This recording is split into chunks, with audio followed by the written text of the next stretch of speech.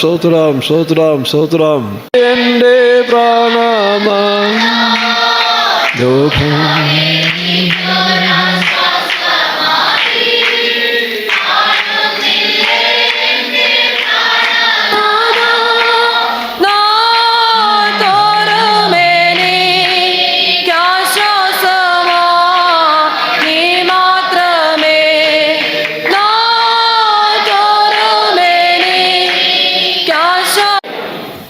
രണ്ട് തെസ്സലോനിക്കർ 2-ാം അധ്യായം 3-ാം വാക്യം വായിക്കാം. 2 തെസ്സലോനിക്കർ 2-ാം അധ്യായം 3-ാം വാക്യം. ആരും ഏതു വിധേനയും നിങ്ങളെ ചതിക്കരുത്. ആദ്യമേ വിശ്വാസത്യാഗം സംഭവിക്കുകയും നാശയോഗ്യനും അധമമൂർത്തിയുമായവൻ വെളിപ്പെടുകയും വേണം. ആരും നിങ്ങളെ ചതിക്കരുത്, ഇല്ലയോ? എന്നോട് വായിച്ച്. ആരും ഏതു വിധേനയും നിങ്ങളെ ചതിക്കരുത്. ആരും ഏതു വിധേനയും നിങ്ങളെ ചതിക്കരുത്. ഒരു മുന്നറിയിപ്പാണ്. തെസ്സലോനിക്ക സഭയ്ക്ക് തെസ്സലോനിക്ക സഭ എന്ന് പറയുമ്പോൾ കർത്താവിൻ്റെ വരവിന് വേണ്ടി വളരെ കരുതലോടെ ജാഗ്രതയോടെ ഒരുക്കപ്പെട്ടൊരു സഭയായിട്ട് നമുക്ക് കാണാൻ കഴിയുന്നുണ്ട്. കർത്താവിൻ്റെ രഹസ്യവരവിനെക്കുറിച്ചെല്ലാം വളരെ സന്തോഷമായിട്ടും അല്ലെങ്കിൽ പ്രത്യാശയോടെ പൗലോസ് അപ്പോസ്തലൻ അവർക്ക് 2 ലേഖനങ്ങളിൽ 1 തെസ്സലോനിക്ക 4-ാം അധ്യായത്തിലും 3-ന്റെ അവസാനമൊക്കെ വായിക്കുമ്പോൾ കർത്താവിൻ്റെ വരവും വിശുദ്ധന്മാരും യേശുവുമായിട്ട് വരുന്ന കാര്യങ്ങളെല്ലാം വളരെ വ്യക്തമായിട്ട് അവിടെ നമുക്ക് കാണുന്നുണ്ട്. ഇത് പറയുമ്പോഴാണ് ഈ തെസ്സലോനിക്ക എന്ന് പറഞ്ഞാൽ പഴയൊരു സഭയാണ്. ഈ തെസ്സലോനിക്ക എന്ന് പറയുന്നത് അലക്സാണ്ടർ ചക്രവർത്തിയുടെ ഒരു കസിൻ സിസ്റ്ററുടെ പേരാണത്. ഫിലിപ്പ് രാജാവ് തൻ്റെ ഒരു മകൾക്ക് ഇട്ട പേരാണ് തെസ്സലോനിക്ക എന്ന് പറഞ്ഞത്. അപ്പോൾ അവളെ കല്യാണം കഴിച്ചു കൊടുക്കുമ്പോൾ ആ പട്ടണം പണിത് അതിന് മകളുടെ പേരിട്ട് കൊടുത്ത സ്ഥലമാണ്. കോരിന്ത്യർ, അഗായ, ഗ്രീക്ക് സ്ഥലങ്ങളിലെ. പക്ഷെ ഇന്നതെല്ലാം നാമാവിശേഷമായി.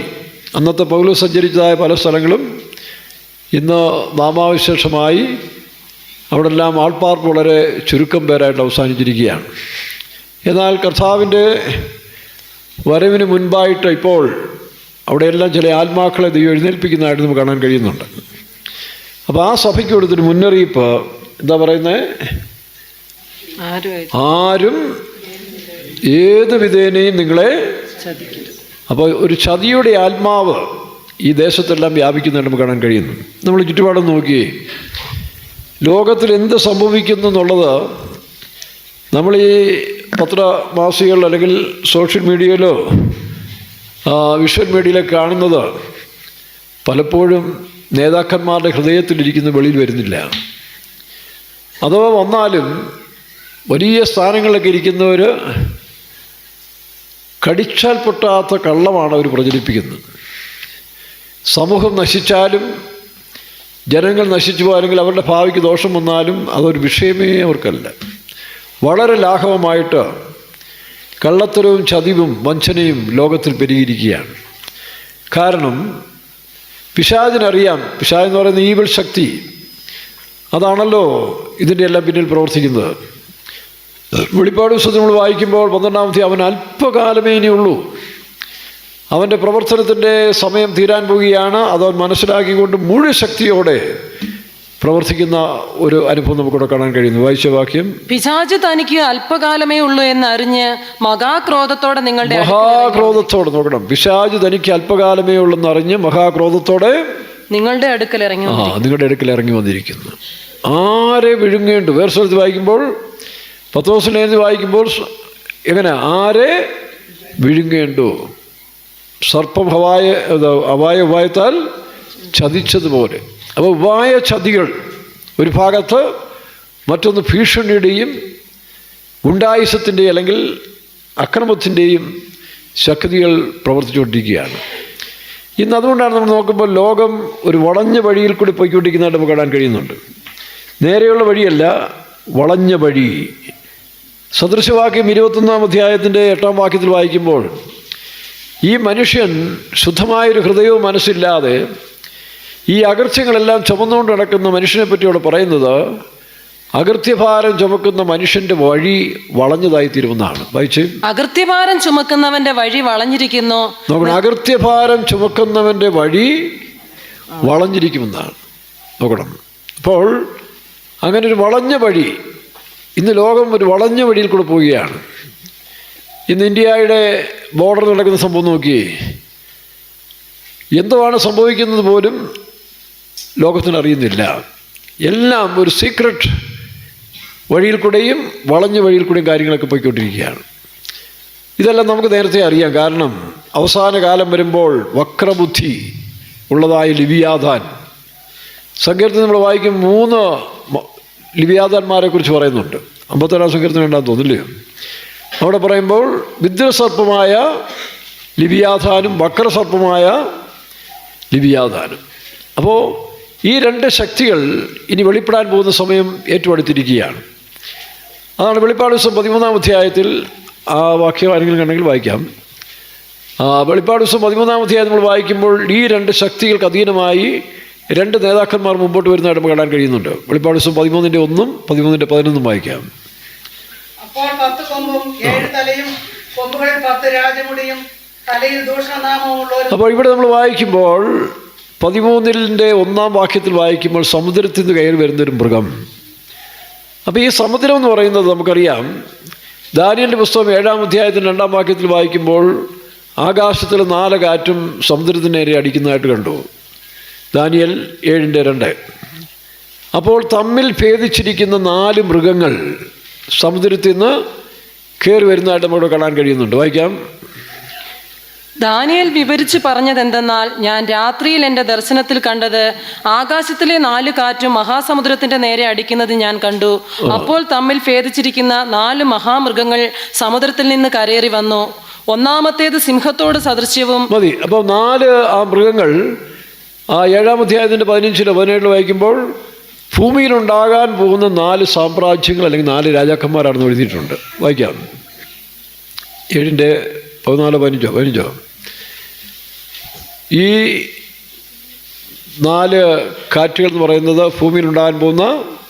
ഞാൻ അരികെ നിൽക്കുന്നവരിൽ ഒരുത്തന്റെ അടുക്കൽ ചെന്ന് അവനോട് ഈ എല്ലാറ്റിൻ്റെയും സാരം ചോദിച്ചു. അവൻ കാര്യങ്ങളുടെ അർത്ഥം പറഞ്ഞു തന്നു. ആ 4 മഹാമൃഗങ്ങൾ ഭൂമിയിൽ ഭൂമിയിൽ ഉണ്ടാകുവാനിരിക്കുന്ന 4 നോക്കണം, വേദപുസ്തകത്തിൻ്റെ ഒരു പ്രാധാന്യം നിങ്ങൾ നോക്കി. ഭൂമിയിൽ ഉണ്ടാകുവാനിരിക്കുന്ന 4 രാജാക്കന്മാർ ഏതൊക്കെയത്? ഒന്ന് നമുക്കറിയാം, ഈ ദർശനം കാണുന്ന സമയത്ത് ദാനിയേൽ കാണുന്ന ബാബിലോൺ സാമ്രാജ്യം. നിഷേധിക്കാൻ ഒക്കുമോ? ചരിത്രം വളരെ വ്യക്തമായിട്ട് ലോകത്തിൽ അതിൻ്റെ അവശിഷ്ടങ്ങൾ ഇന്നുണ്ട്. ബാബിലോണിൽ, ഇറാഖിൽ, ആ ബാബിലോണിയ ഇറാഖ് ദേശങ്ങളിൽ ആ ഒന്നാമത്തെ സാമ്രാജ്യത്തിൻ്റെ അവശിഷ്ടങ്ങൾ ഇന്നുമുണ്ട്. രണ്ടാമത്തെ മൃഗം നമുക്കറിയാം, മേദ്യ പേർഷ്യ സാമ്രാജ്യം. ദാനിയേലിൻ്റെ പുസ്തകം 8-ാം അധ്യായം നമ്മൾ വായിച്ചു വരുമ്പോഴേ 7-ലും 8-ലും ഒക്കെ ഇങ്ങോട്ട് വായിച്ചുകൊണ്ട് വരുന്ന സമയത്ത് ഈ മൃഗങ്ങളെപ്പറ്റി വളരെ വ്യക്തമായിട്ട് നമുക്കിവിടെ കാണാൻ കഴിയുന്നുണ്ട്. അവിടെ ഉണ്ടാകാനുള്ള ഈ മൃഗങ്ങളെപ്പറ്റി കൃത്യമായിട്ട് അലക്സാണ്ടർ ചക്രവർത്തിയെ പോലും എടുത്തു പറഞ്ഞിട്ടുണ്ട്. ഇപ്പോൾ BC 600 മുതൽ ആരംഭിച്ച 4 സാമ്രാജ്യങ്ങൾ, ബാബിലോൺ, മേദ്യ പേർഷ്യ എന്ന് പറഞ്ഞാൽ 2 സാമ്രാജ്യങ്ങളായിരുന്നു. മേദ്യര് പിന്നെ കുറേ കഴിഞ്ഞപ്പോൾ അത് തകർന്നു പോയി. പിന്നെ പേർഷ്യൻ സാമ്രാജ്യത്തിൽ ഏറ്റവും വലിയൊരു രാജാവായിരുന്നല്ലോ അഹശ്വേരോസ് രാജാവ്. എസ്തേറിൻ്റെ കാലം ഒക്കെ ഉണ്ടായിരിക്കുന്ന ഏറ്റവും മനോഹരമായ കോരസ്, ലാസ്റ്റത്തെ രാജാവ് അഹശ്വേരോസൊക്കെ നമ്മൾ കാണുന്നുണ്ട്. കോരസിൻ്റെ കാലത്താണ് 3-ാമത്തെ ആലയം പണിയാൻ കൽപ്പന കൊടുത്തത്.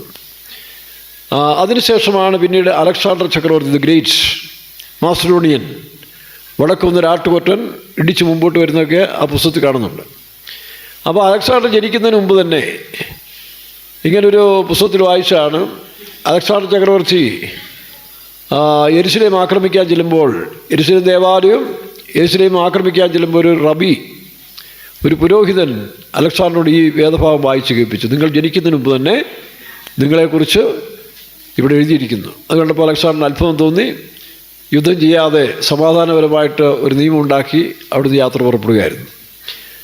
അതിനുശേഷം നമ്മൾ കാണുമ്പോൾ റോമൻസ് ഗവൺമെൻറ് ശക്തമായിട്ടുള്ള ഒരു മൃഗം, ഘോരവും ഭയങ്കരമായൊരു മൃഗം സമുദ്രത്തിൽ കയറി വരും നമ്മൾ വെളിപ്പാട് ദിവസം 13 കാണുന്നുണ്ട്. അതാണ് ഇന്ന് കണ്ട റോമൻ സാമ്രാജ്യം. എന്നാൽ ആ സാമ്രാജ്യത്തിന് ശേഷം പിന്നെ നമ്മൾ കാണുന്നത് അതിങ്ങനെ വന്ന് കാലങ്ങളോളം നിലനിന്നു. പിന്നെ പാശ്ചാത്യ റോമ, പൗരസ്ത്യ റോമ എന്നൊക്കെ പറയുന്ന ഒരു കൾച്ചറിലെ അനുഭവത്തിലേക്ക് മാറി. അതുകൊണ്ടാണ് സഭയ്ക്കും ആ ഒരു കൾച്ചറുണ്ടായി. കാരണം പൗരസ്ത്യ റോമ, പാശ്ചാത്യ റോമ. 4-ാം നൂറ്റാണ്ടിന് ശേഷം സഭയും ആ റോമ ഗവൺമെൻറ് പിരിയുന്നതനുസരിച്ച് 2 അനുഭവത്തിലേക്ക് സഭയും മാറി. അവിടെയാണ് ഈ റോമൻ കത്തോലിക്ക സഭ റോമിനെ ആസ്ഥാനമാക്കി അത് മുന്നോട്ട് വന്നത്. അവർ പാശ്ചാത്യ റോമയായി മാറി. അവരെപ്പോഴൊരു അഡ്വാൻസ് മോഡേണിസം കൊണ്ടുവന്നുകൊണ്ടേയിരുന്നു. അവരുടെ ഡ്രസ്സിങ്ങിലായാലും ശരി, പ്രവർത്തനങ്ങളിലും എല്ലാം അവർ ആധുനിക കാലങ്ങളോട് കുറച്ചുകൂടെ എന്താ പറയും, ഒരു ഇൻഫ്രാസ്ട്രക്ചർ എന്ന് പറയുന്ന പോലെ ഒരു വ്യവസായവൽക്കരിക്കുന്ന ഒരവസ്ഥയിലേക്ക് കൊണ്ടുവന്നുകൊണ്ടിരുന്നു. അതാണ് അവരുടെ പ്രസ്ഥാനം വളർന്നു പോയത്. എന്നാൽ പൗരസ്ത്യ റോമ അന്ത്യോക്യൻ ആസ്ഥാനത്തെ കേന്ദ്രമാക്കി ഓർത്തഡോക്സ് യാക്കോബായ പിന്തുടർച്ചയിൽ അവർ ഇപ്പോഴും നമ്മൾ കാണുമ്പോൾ ആ അറബികളുടെ തൊപ്പിയും ഇങ്ങനെയുള്ളതായ ഒരു കൾച്ചറിൽ പോകുന്നു. അങ്ങനെ പാശ്ചാത്യ റോമ, പൗരസ്ത്യ റോമ 2. അതാണ് ദാനിയേൽ കണ്ട മൃഗത്തിൻ്റെ ആ ബിംബം ആയയുടെ ഭാഗം കഴിഞ്ഞപ്പോൾ 2 കാല് 2ആയിട്ട് പിരിഞ്ഞു പോകുന്നതിൻ്റെ കാരണം ഈ റോമൻ സാമ്രാജ്യം 2 അനുഭവത്തിലേക്ക് മാറി. പാശ്ചാത്യ റോമയെന്നും. എന്നാൽ അതിൻ്റെ അവസാനത്തിൽ വരുമ്പോൾ പിന്നെ നമ്മൾ കാണുന്നത് 10 പേരിലാണ്. ആ 10 പേരിലെന്ന് പറയുന്നത് തമ്മിൽ ഭേദിച്ചിരിക്കുന്ന രാജ്യങ്ങളായിട്ട്, അല്ലെങ്കിൽ അഭിപ്രായ വ്യത്യാസങ്ങൾ വരും, വീണ്ടും ഒരു അഭിപ്രായം വരും. അതാണ് ഇപ്പോഴത്തെ ജനാധിപത്യം. അപ്പോൾ ഇതിന് മുൻപായിട്ടാണ് ഒരു ബ്രിട്ടീഷ് സാമ്രാജ്യം. നമുക്കറിയാം ഈ ജനാധിപത്യ കാലത്ത് തന്നെ ഒരു ബ്രിട്ടീഷ് സാമ്രാജ്യം മുഴു ലോകത്തും നിലനിന്നതായിട്ട് നമുക്ക് കാണാൻ കഴിയുന്നുണ്ട്. അപ്പോൾ ഈ സാമ്രാജ്യങ്ങൾക്കെല്ലാം ദൈവത്തിൻ്റെ ഉദ്ദേശമുണ്ടായിരുന്നു. ലോകത്തിൽ നിലനിൽക്കുന്ന അല്ലെങ്കിൽ 3 പ്രമുഖ ഭാഷയാണ് ഇറ്റാലിയൻ ഭാഷ, അതുപോലെ തന്നെ ഗ്രീക്ക് ഭാഷ, ഇംഗ്ലീഷ് ഭാഷ. ഗ്രീക്കൊക്കെ മുഴു ലോകവും വ്യാപിച്ചതിന് ശേഷം ആദ്യമായിട്ട് ടോളമി എന്ന് പറയുന്ന ഈജിപ്ഷ്യൻ രാജാവ്, അതായത് അലക്സാണ്ടർ ചക്രവർത്തിക്ക് ശേഷം 4ആയിട്ട് പിരിഞ്ഞില്ലേ, സെലൂക്കസും പിന്നെ ടോളമിയും. അങ്ങനെ 4 സൈന്യാധിപന്മാർക്കായി രാജ്യം വിഭജിച്ചെടുത്തപ്പോൾ ടോളമി ഈജിപ്ഷ്യയുടെ ഭരണാധികാരിയാകുകയും തനിക്ക് യഹൂദ സംസ്കാരത്തോടും കുറച്ചുകൂടെ താല്പര്യം വരികയും അങ്ങനെ യഹൂദരുടെ പഴയ നിയമം എബ്രായ ഭാഷയിൽ നിന്ന് താനത് വിവർത്തനം ചെയ്ത് ഗ്രീക്കിലാക്കി. അപ്പോൾ അലക്സാണ്ടറുടെ കാലത്തിൽ ഗ്രീക്ക് സാമ്രാജ്യം അങ്ങ് വർദ്ധിച്ചു. അവൻ പോയടത്തെല്ലാം ഭാഷയും പ്രചരിപ്പിച്ചു. ഒരർത്ഥത്തിൽ പറഞ്ഞ നിമ്രോദിൻ്റെ കാലത്ത് പിരിഞ്ഞുപോയ ഭാഷ പിന്നീട് ഒരു ഏകീകരണം ഒരു അനുഭവത്തിൽ കൊണ്ടുവന്നത് അലക്സാണ്ടർ കാലത്താണ്. അതിനുശേഷം നമുക്കറിയാം ലാറ്റിൻ ഭാഷ. ഇന്ന് ക്രിസ്ത്യാനികളിൽ ഏറ്റവും കൂടുതൽ അംഗസംഖ്യയുള്ളത് ലത്തീനാണ്. ലോകത്തിൻ്റെ എല്ലാ ഭാഗത്തും ലാറ്റിൻ ക്രിസ്ത്യൻസാണ് മജോറിറ്റി. നമ്മളിവിടെ കേരളത്തിൽ സുറിയാനി ക്രിസ്ത്യൻസുകൾ, സീറോ മലബാർ എന്നൊക്കെ പറയുന്ന ഒരു കുറച്ച് പേരേ ഉള്ളൂ. അത് കേരളത്തിൽ തന്നെയാണ് ഇതിൻ്റെ കൂടുതലായിട്ട് കാണുന്നത്. പിന്നെ അവിടെ നിന്ന് സ്പ്രെഡായിട്ട് പോയതേ ഉള്ളൂ. അപ്പോൾ ഏറ്റവും കൂടുതൽ അംഗസംഖ്യയിൽ സംസാരിക്കുന്ന മറ്റൊരു ഭാഷയാണ് ലത്തീൻ. അതുകൊണ്ടാണ് യേശു ക്രിസ്തുവിനെ ക്രൂശിക്കുന്ന സമയത്തിൽ യേശുവിൻ്റെ തലയ്ക്ക് മേലുള്ള ബോർഡ് 3 ഭാഷ ഏതൊക്കെയാണ്? റോമൻ, യവന, ലത്തീൻ ഭാഷകളിൽ അത് എഴുതപ്പെട്ടതായിട്ടും കാണാൻ കഴിയുന്നുണ്ട്. എന്തായിരുന്നു? യേശു ക്രിസ്തു യഹൂദന്മാരുടെ രാജാവ്. നോക്കണം. അപ്പോൾ അതിനുശേഷമാണ് അവസാനം ഇംഗ്ലീഷ് ഭാഷ, കുറച്ചുകൂടെ ലഘൂകരിക്കുകയും സുതാര്യമായ ഭാഷ. ഈ ഇംഗ്ലീഷ് ഭാഷ വർദ്ധിച്ചതോടുകൂടിയാണ് ഗ്രീക്കിൽ നിന്ന് പിന്നീട് ഇംഗ്ലീഷിലേക്ക് ബൈബിൾ ട്രാൻസ്ലേഷൻ ചെയ്തത്. ഇംഗ്ലീഷിലേക്ക് ആദ്യമേ ട്രാൻസ്ലേറ്റ് ചെയ്യുന്നത് ആരാണെന്നറിയാവോ? ഇംഗ്ലണ്ടിലെ ഇപ്പോഴത്തെ നമ്മുടെ മരിച്ചുപോയ എലിസബത്ത് രാജ്ഞിയുടെ മുത്തപ്പൻ അങ്ങനെ പോകുമ്പോൾ ഒരു ഹെൻറി 8 എന്ന് പറഞ്ഞൊരു രാജാവുണ്ടായിരുന്നു. അത് വലിയ തമാശയാണ്. അപ്പോൾ ആ കാലങ്ങളിലെ ഇന്ത്യ ബ്രിട്ടീഷ് ഇംഗ്ലണ്ട് എന്ന് പറയുന്നത് കാത്തലിക്സ് ആയിരുന്നു. റോമൻ സാമ്രാജ്യത്തിൻ്റെ അല്ലെങ്കിൽ റോമൻ ബിഷപ്പിൻ്റെ കീഴിലാണ്, മാർപ്പാപ്പയുടെ കീഴിലാണ് ബ്രിട്ടീഷ് അന്നിരുന്നത്. അപ്പോൾ ഈ ഹെൻറി 8 എന്ന് പറയുന്ന നമ്മുടെ എലിസബത്ത് രാജ്ഞിയുടെ വർഷങ്ങൾക്ക് മുമ്പുള്ളതായ മുത്തപ്പൻ, പുള്ളിക്കാരൻ നല്ല ഒരു ഉഷാറായ മനുഷ്യനാണ്. സ്മാർട്ടായിട്ടൊരു മനുഷ്യനാണ് പുള്ളി. ഈ ഇരട്ടച്ചെങ്കെന്ന് പറഞ്ഞ പോലെ നല്ല ആരോഗ്യമുള്ള ഒരു 3 പേരുടെ ആരോഗ്യമുള്ളൊരു മനുഷ്യൻ കൂടിയായിരുന്നു പറയുന്നത്. ഏതിനും സാമർഥ്യത്തോടെ എടുത്തിയാടി പ്രവർത്തിക്കും. അപ്പോൾ അവിടുത്തെ ഈ കത്തോലിക്കർക്കൊരു ഗുണമുണ്ട്, അവരുടെ നിയമങ്ങൾ കർശനമാണ്. ഒരിക്കൽ വിവാഹം കഴിച്ചാൽ ആ ഭാര്യ നിലവിലുള്ളപ്പോൾ മറ്റു വിവാഹം കഴിക്കാൻ പാടില്ല. അതിന്നും സഭ അന്നും വളരെ കർശനമായിട്ട് പറയുന്നതാണ്. അപ്പോൾ അവരറിഞ്ഞ സത്യങ്ങളിൽ കത്തോലിക്കർ മുറുകെ പിടിക്കുന്നുണ്ട്. അതിനാർക്കും വിട്ടുവീഴ്ച അവർ കൊടുക്കുന്നില്ല. അപ്പോൾ ഈ ഹെൻറി എട്ടാമനെ ആനിബോൾ എന്ന് പറയുന്നൊരു ഭാര്യ നിലവിലിരിക്കുമ്പോൾ അയാളെ ഖാദർ എന്ന് പറയുന്നൊരു പെണ്ണിനെ സ്നേഹിച്ച് അതിനെ കല്യാണം കഴിക്കണം, രണ്ടാം കല്യാണം കഴിക്കണമെന്ന് പറഞ്ഞ് പോപ്പിന് എഴുതി. ഇപ്പോൾ പോപ്പ് പറഞ്ഞ് നടക്കില്ല, സഭയുടെ നിയമമല്ല. ഒരു ഭാര്യ നിലവിലുള്ളപ്പോൾ മറ്റൊരു ഭാര്യയെ അല്ലെങ്കിൽ വേർത്തിയ ഭാര്യയാക്കി സ്വീകരിക്കുന്നത് അത് നിയമമല്ല. ഒരർത്ഥത്തിൽ പറഞ്ഞാൽ അത് വ്യഭിചാര പാപത്തോട് തുലനം ചെയ്യുന്നതാണ്. അതുകൊണ്ട് അനുവദിക്കാൻ സാധ്യമല്ല എന്ന് ആരോടാണ്? ഇംഗ്ലണ്ടിലെ രാജാവിനോട് പറഞ്ഞു. അപ്പോൾ അയാൾക്ക് ദേഷ്യം വന്നു. അയാളെത്തിയെന്നറിയാവോ? ഇംഗ്ലണ്ടിലെ ബിഷപ്പിനെ വിളിച്ചു വരുത്തി പറഞ്ഞു, ഇനി റോമിലെ സഭയായിട്ട് നമുക്ക് ബന്ധമൊന്നും വേണ്ട, പോപ്പുമായിട്ട് ബന്ധമൊന്നും വേണ്ട, നിങ്ങളെ ഞാൻ ഇവിടുത്തെ പോപ്പാക്കിയിരിക്കുകയാണ്. ആരെ? ഇംഗ്ലണ്ടിലെ അങ്ങനെയാണ് കാൻറ്റർബറി ബിഷപ്പ് ആംഗ്ലിക്കൻ സഭയുടെ ആരംഭത്തിൻ്റെ കാരണം അതാണ്. സംഗതി ഒരു നെഗറ്റീവ് ആണെങ്കിലും പക്ഷെ അത് പ്രയോജനപ്പെട്ടു കേട്ടോ, മറ്റൊരു വിധത്തിൽ പ്രയോജനപ്പെട്ടു. അതെന്താ? അപ്പോൾ താനുടനെ അവിടുത്തെ ബിഷപ്പിനെ അവിടെ ഒരു സഭയുണ്ടാക്കി, അല്ലെങ്കിൽ ആ സഭ ഇന്ന് മുതൽ ഇംഗ്ലണ്ടിൻ്റെ സഭ, ചർച്ച് ഓഫ് ഇംഗ്ലണ്ട് എന്നുള്ള പേര് കിട്ടും. അതാണ് ആംഗ്ലിക്കൻ സഭ. നമ്മൾ കേട്ടിട്ടില്ലേ? അതിൻ്റെ ഉത്ഭവം അങ്ങനെയാണ്. പല സഭകളുണ്ട്. ലൂതറൻ സഭയുണ്ട്, അത് ജർമ്മനിയിൽ ലൂതറിൻ്റെ കാലത്ത് ആരംഭിച്ചത്. അപ്പോൾ ഇങ്ങനെ കത്തോലിക്ക സഭയോട് ചേർന്നിരുന്ന സഭ ആംഗ്ലിക്കൻ സഭയായി മാറി. അതിൻ്റെ റീസൺ ഇതാണ്. അപ്പോൾ ഇംഗ്ലണ്ടിലെ ബിഷപ്പ് എന്ത് ചെയ്തു? അവിടുത്തെ പോപ്പായി. അപ്പോൾ പുള്ളി അനുവാദം കൊടുത്തു, ശരി നീ കഴിച്ചു. അങ്ങനെ പുള്ളിക്ക് പിന്നീട് 4-5 ഭാര്യമാരൊക്കെ ഉണ്ടായിരുന്നാണ് പറയുന്നത്. പക്ഷേ ഇനി മുഖം മിനുക്കണ്ടേ? ഏതാ ഇനി മുഖം മിനുക്കാൻ വേണ്ടി പുള്ളിക്കാരൻ റോമിനോട് കുസ്തി തുടങ്ങുകയും, അപ്പോൾ അതുവരെയും ലത്തീൻ ഭാഷയിലൊക്കെ ആയിരുന്നു ഈ ബൈബിള്, ലാറ്റിൻ ഭാഷയിലൊക്കെ ആയിരുന്നു ബൈബിൾ ഉണ്ടായിരുന്നത്. അപ്പോൾ പുള്ളിക്കാരൻ ഏതായാലും ഒരു നല്ല കാര്യം ചെയ്തു. ഈ തെറ്റ് ചെയ്തതിൻ്റെ കുറ്റബോധത്തോടായിരിക്കാം, അല്ലെങ്കിൽ പോപ്പിനോടുള്ള വിരോധം കൊണ്ട് ഇദ്ദേഹം എന്ത് ചെയ്യുന്നറിയാവോ?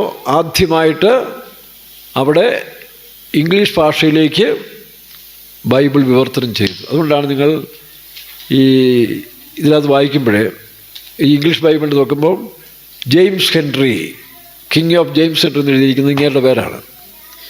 അപ്പോൾ ആ ഒരു പിന്തുടർച്ച പിന്നീട് ലോകം മുഴുവൻ ആ ബൈബിൾ പ്രചരിപ്പിക്കാനൊരു മുഖാന്തരമായി.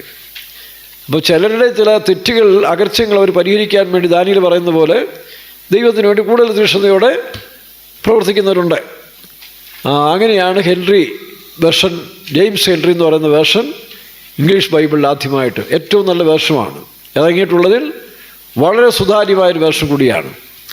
അപ്പോൾ ഇങ്ങനെ സാമ്രാജ്യങ്ങൾ പലത് വന്നെങ്കിലും പിന്നീട് നമ്മൾ വായിക്കുമ്പോൾ ഇനി വരാൻ പോകുന്ന എതിർക്രിസ്തുവിനെ കുറിച്ച് വായിക്കുമ്പോൾ ഈ 7 പേരിൽ ഉൾപ്പെട്ടവനും എന്നാൽ 8ാമത്തവനുമായിട്ട് വേർത്തും വരുന്നത് പറഞ്ഞില്ലേ? അതിൻ്റെ അർത്ഥം ഈ കഴിഞ്ഞു പോയ സാമ്രാജ്യങ്ങളിൽ നിന്ന് ഉള്ള ഒരനുഭവങ്ങൾ കൂടി 8ാമതൊരുത്തൻ വരാൻ പോവുകയാണ്. അപ്പോൾ 8 എന്ന് പറയുമ്പോൾ കഴിഞ്ഞ കാലങ്ങളുണ്ടായ സാമ്രാജ്യങ്ങൾ നോക്കുമ്പോൾ ആദ്യമായിട്ട് നമ്മൾ നോക്കുമ്പോൾ ഈജിപ്ഷ്യൻ സാമ്രാജ്യം.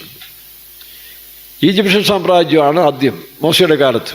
പിന്നെ സിറിയ സാമ്രാജ്യം. അസീറിയ സാമ്രാജ്യത്താണ് ഇസ്രായേലിലെ 10 ഗോത്രങ്ങൾ പ്രവാസത്തിലേക്ക് പോയത്. പിന്നെ ബാബിലോൺ സാമ്രാജ്യം വന്നു. അപ്പോഴാണ് 2 ഗോത്രങ്ങളുടെ യഹൂദയും ബെന്യാമിനും പോയത്. പിന്നീട് അവന് ശേഷം ആലയം പണിതിട്ടില്ല. പിന്നെ നമ്മൾ നോക്കുമ്പോൾ കോരശിൻ്റെ കാലത്തിൽ എസ്രായുടെയും നെഹമ്യാവിൻ്റെയും ഒക്കെ മേൽനോട്ടത്തിൽ വീണ്ടും ബാബേലിൽ നിന്ന് ദാനിയേൽ പ്രാർത്ഥിച്ച് 9-ാം അധ്യായത്തിൽ കാണുന്ന പോലെ കോരശിൻ്റെ കാലത്തിൽ വീണ്ടും ഒരു ആലയം പണിതു. യെരുശലേമിൽ വാസം ചെയ്യുന്ന കാലങ്ങളിൽ അന്ന് മറ്റു ചില ശക്തികളാണ് അവിടെ വാണുകൊണ്ടിരുന്നത്. അതിലെ അന്തിപ്പാസ് എന്നൊക്കെ പറഞ്ഞ് കേട്ടില്ലയോ? പന്നിയെ യാഗം കഴിച്ച സമയത്ത് മക്കബേർ, ഈ കത്തോലിക്കൻ്റെ ബൈബിൾ അതെല്ലാം ചരിത്രമായിട്ട് പറയുന്നുണ്ട്.